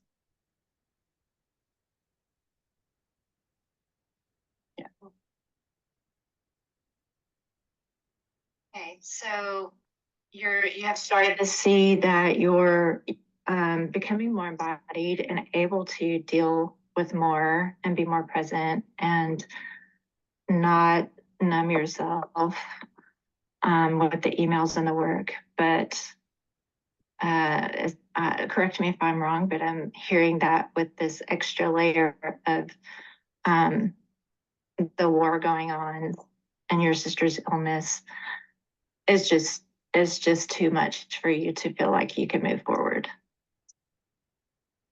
Yeah, I mean, it was already too much, before all of this happened. And I had a sense of like, oh, I know I'm ready to, I'm ready to move out and be with all of them in the Middle East. And yet, as time went on, since I came back to the United States, I wasn't quite sure. I felt like there was still unfinished business here.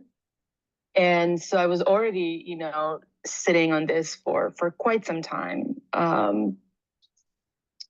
And so now I think it's just disorienting, is it even good to be in the Middle East? Does it even make sense? There's now like a new set of questions. And yeah, my sister is doing much better right now, but for 2 months, like we were losing our minds, especially for the last month. We had no idea what was going on, very, very surprising, out of nowhere news. And so we just had, as a family, had a pause, like there was nothing else, nobody else was talking about. It was just like everything had to be oriented towards us being present for her. And so yeah, I mean, it just feels like a snowball, like the compounding of stuff. And yeah.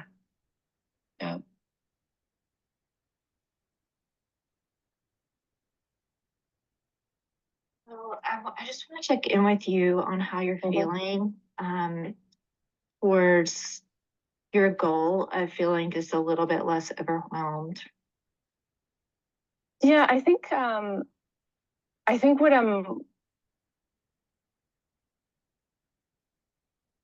what is again, it's hard for me to figure out what I'm feeling. I do still feel overwhelmed, but I think what is putting that overwhelm in some context is that reminder about the values and what's truly important. I think that gave me a little bit of a pause. I think it was a bit of like a reminder. I don't know what to do with it yet, but that seemed important.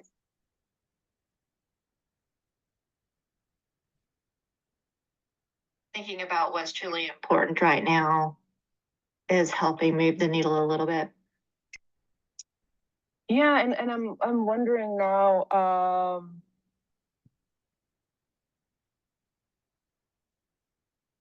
how that might translate into, some of the things I know I have to do this weekend. I have to, get those recommendation email asks out this week. And I just didn't want to send them from a place of being a burden, So I think like, how can I ask them from that place of, and maybe that needs to be in the email. Like, I know there is a lot of stuff going on. I'm heartbroken about all of this. And yet I'm asking you to support me because, and again, like I said, all of these faculty already said yes. So it's not a big deal. It's just more of like, I feel like the timing of it is just ridiculous, right? But I wonder like if there's a way to come from that place of acknowledging everything and yet coming back home to what's truly important, because I know these are the values that I share with these people who are going to be supporting me as I ask them to, help me embark on this journey. So I think that seems like a one sort of thing I can do this weekend. I don't know what it means for all the other things, but I think on that front, and maybe also on the applications, when I start writing again to see how can I maybe distill these values, maybe explicitly talk about them, because maybe that's why the essays were just coming flat, or the words were just, I could see that like I'm writing like I don't know how to describe when you just feel like you're hitting the wall. So maybe that might be something to figure out, how to translate that into my writing, how to invoke that, how to invite that, how to yeah, that's what has been, I think, missing. Yeah. So I think I'm seeing a little bit of a shift from being completely stuck and paralyzed to thinking about moving forward towards some action steps this weekend, and writing those emails to the faculty, and thinking about how to frame those. Yeah. I think for emails and for essays, I think as I returned to, because I had to stop writing. I started writing last weekend, and I just felt like throwing up. It was just not,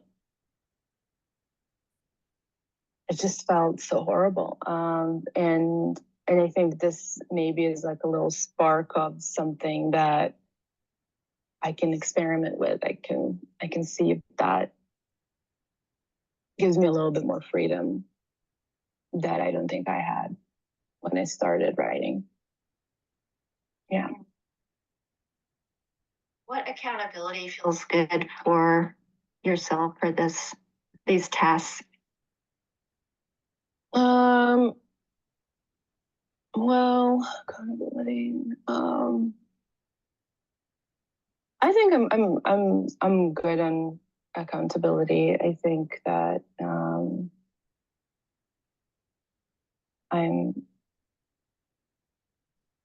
very I'm good at keeping myself on track once I know what I need to do. So I don't need any help in terms of and I'm going to an open house for one of the doctoral programs tomorrow. It's like an all-day event. So I'm sure I'm going to have a lot of takeaways and some other inspiration that I can layer on to this conversation. So I think I have enough of like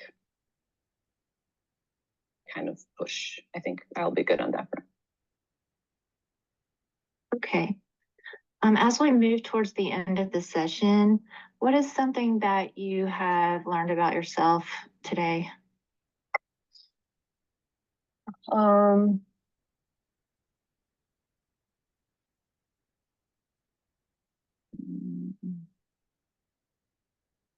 I learn about myself. I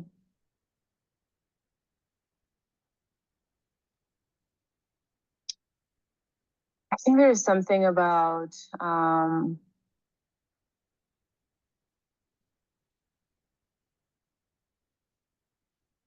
resilience and aliveness of the human spirit.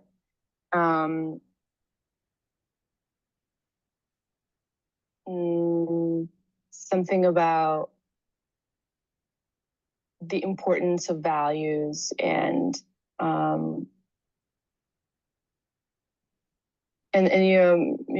to myself specifically, that even in the midst of sort of catastrophic events and enormous amount of grief, there is something about these heartwarming values that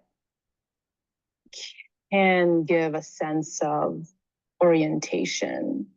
The values are a way to orient our spirit, our soul, when it just feels there is no hope. Yeah.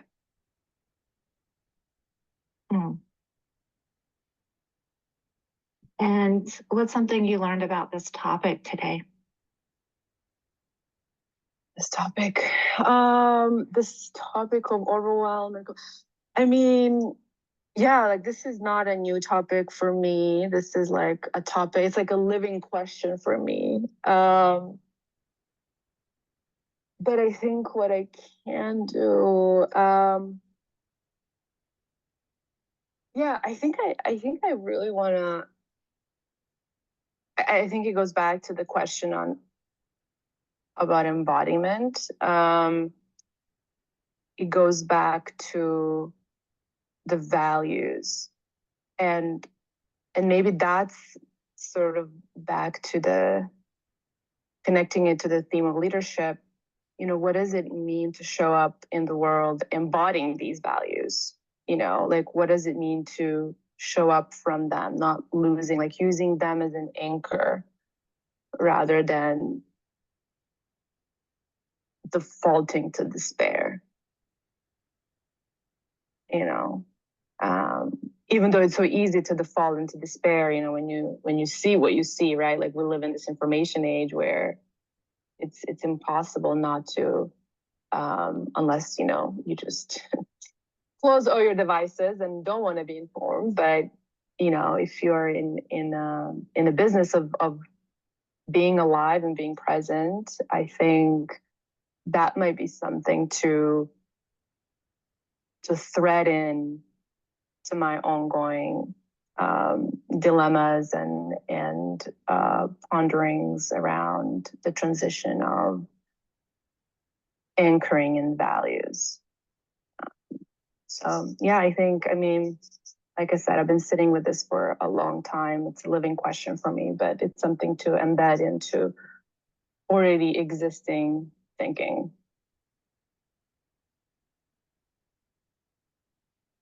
Yeah, I just want to acknowledge how thoughtful you're being about this whole situation, how you're really leaning into your values and trying to embody them, even in this place of despair and overwhelm. Yeah.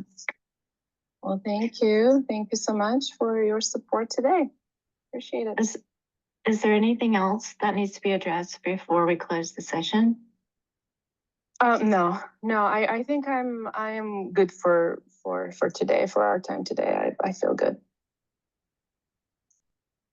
All right. And did we achieve your goal of being a little bit less overwhelmed today? I think so. I do think that we were able to get to a better, less overwhelming place. Yeah. All right. Well, thank you so much. And I'm going to go ahead and turn off the recording. Okay. Okay. So, oh,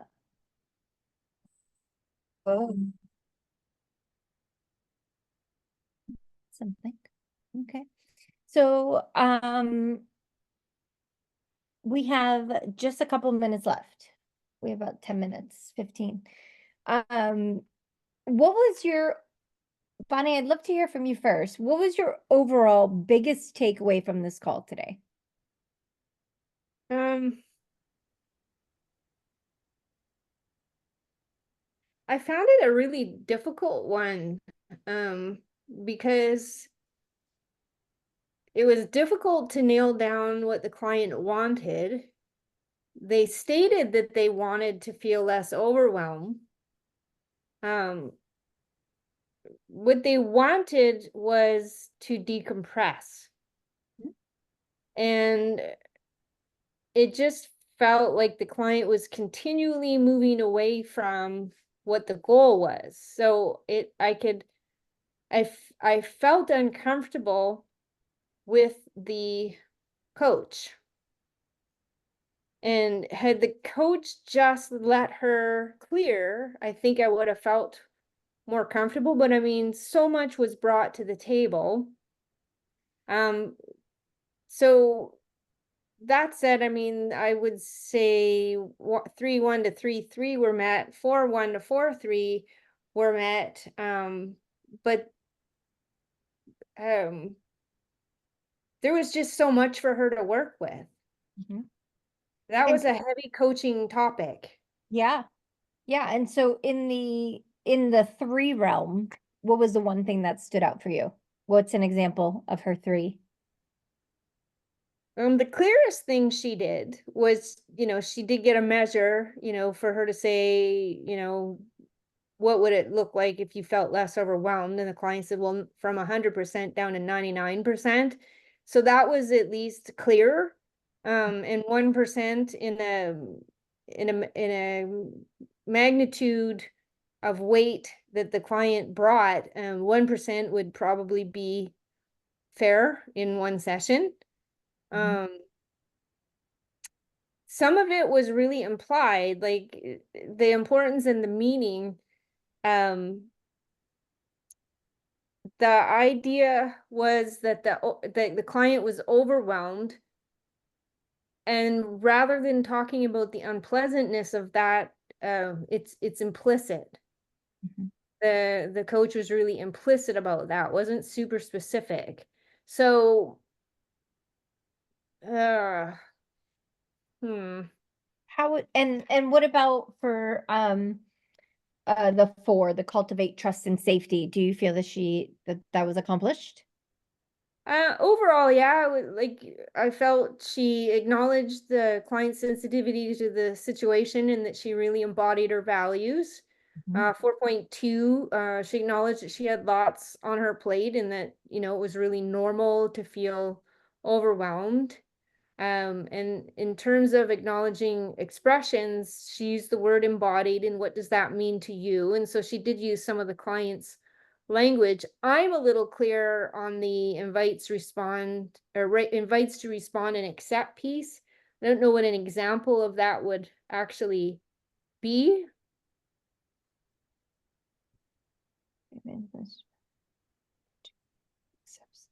Um, I didn't really see an example of Yeah, I that. But that didn't would find anything either. yeah. But that would be where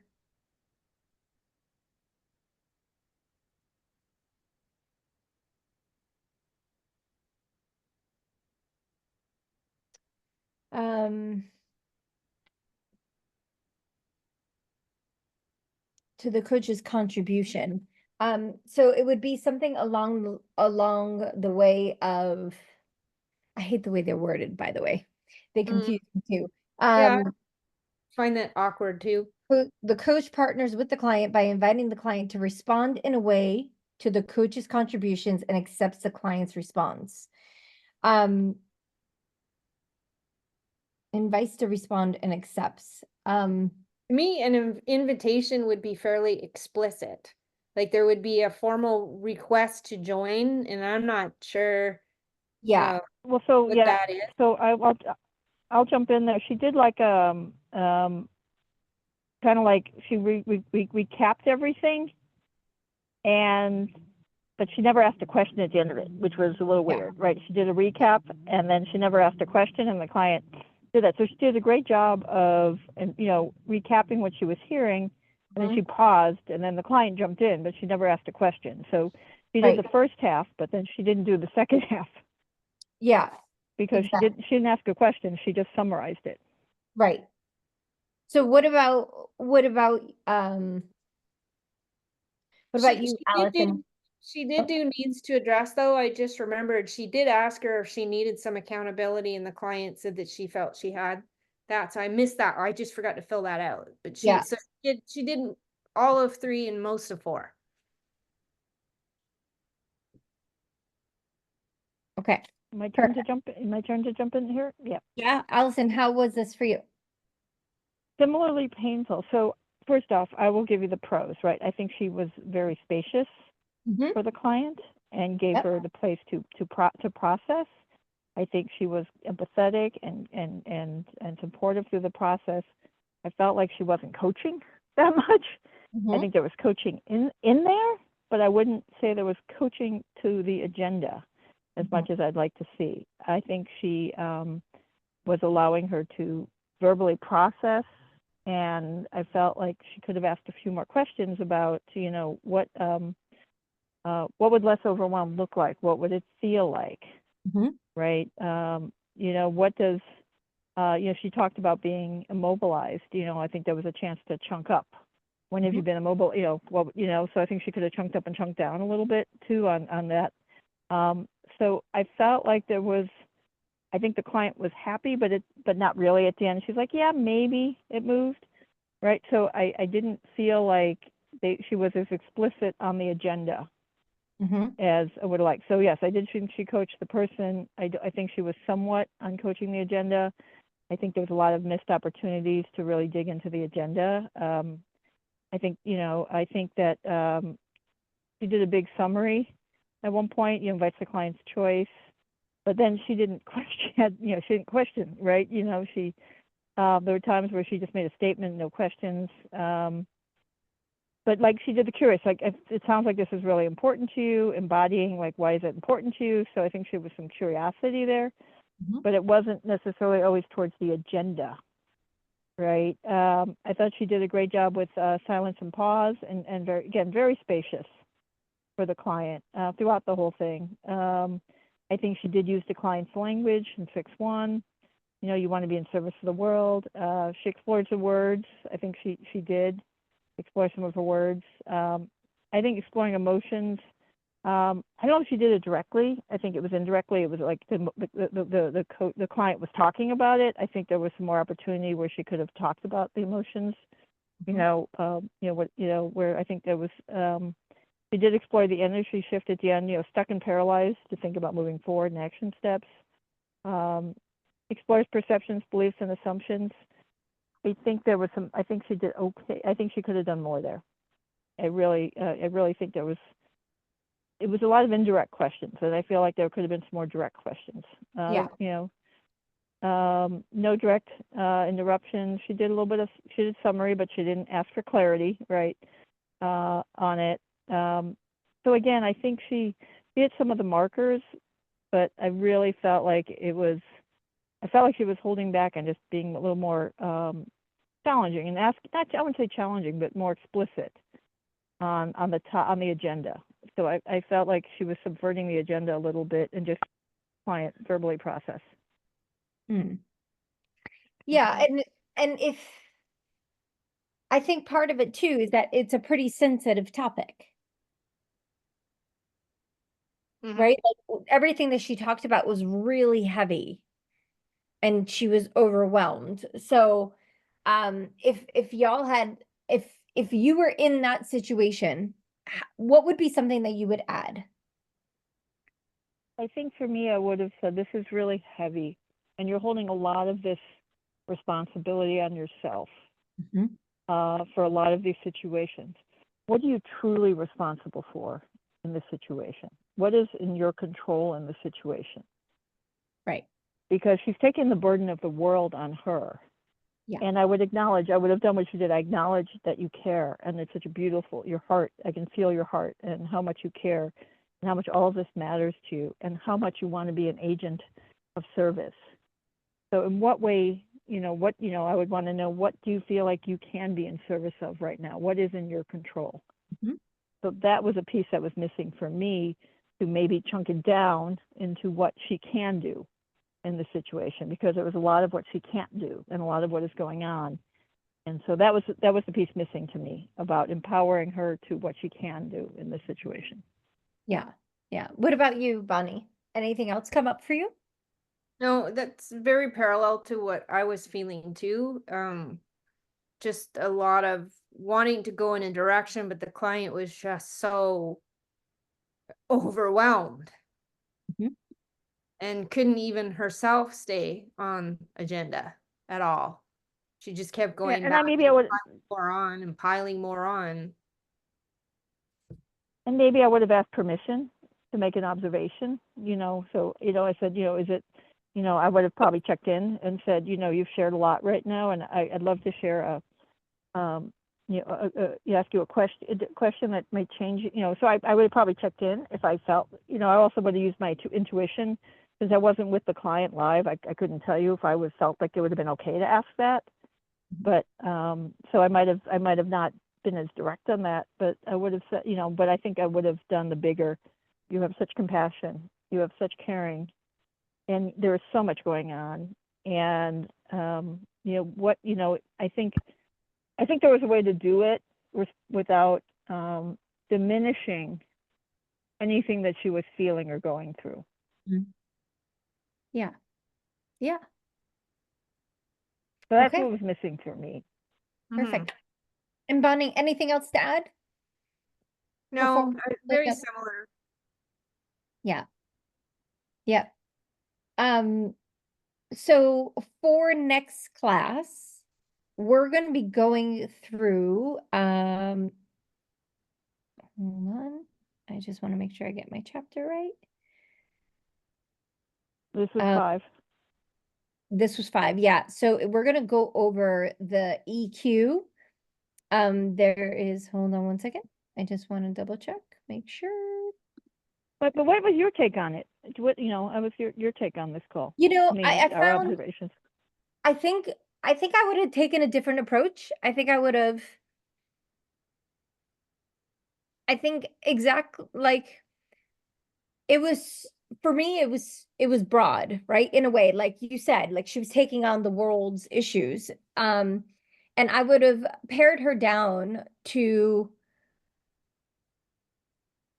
only the key components of like, I think I would have had her focus more on every day, the things that impacted her daily life, and kind of stuck to that and kept the world out of it. Like you said, like she can't control everything that's going on. We could only control like what we do and how it impacts us. So that would have been my focus with her, of just trying to get her to like recognize like what she is in control of, and like the other things that to manage her anxiety around the rest of it.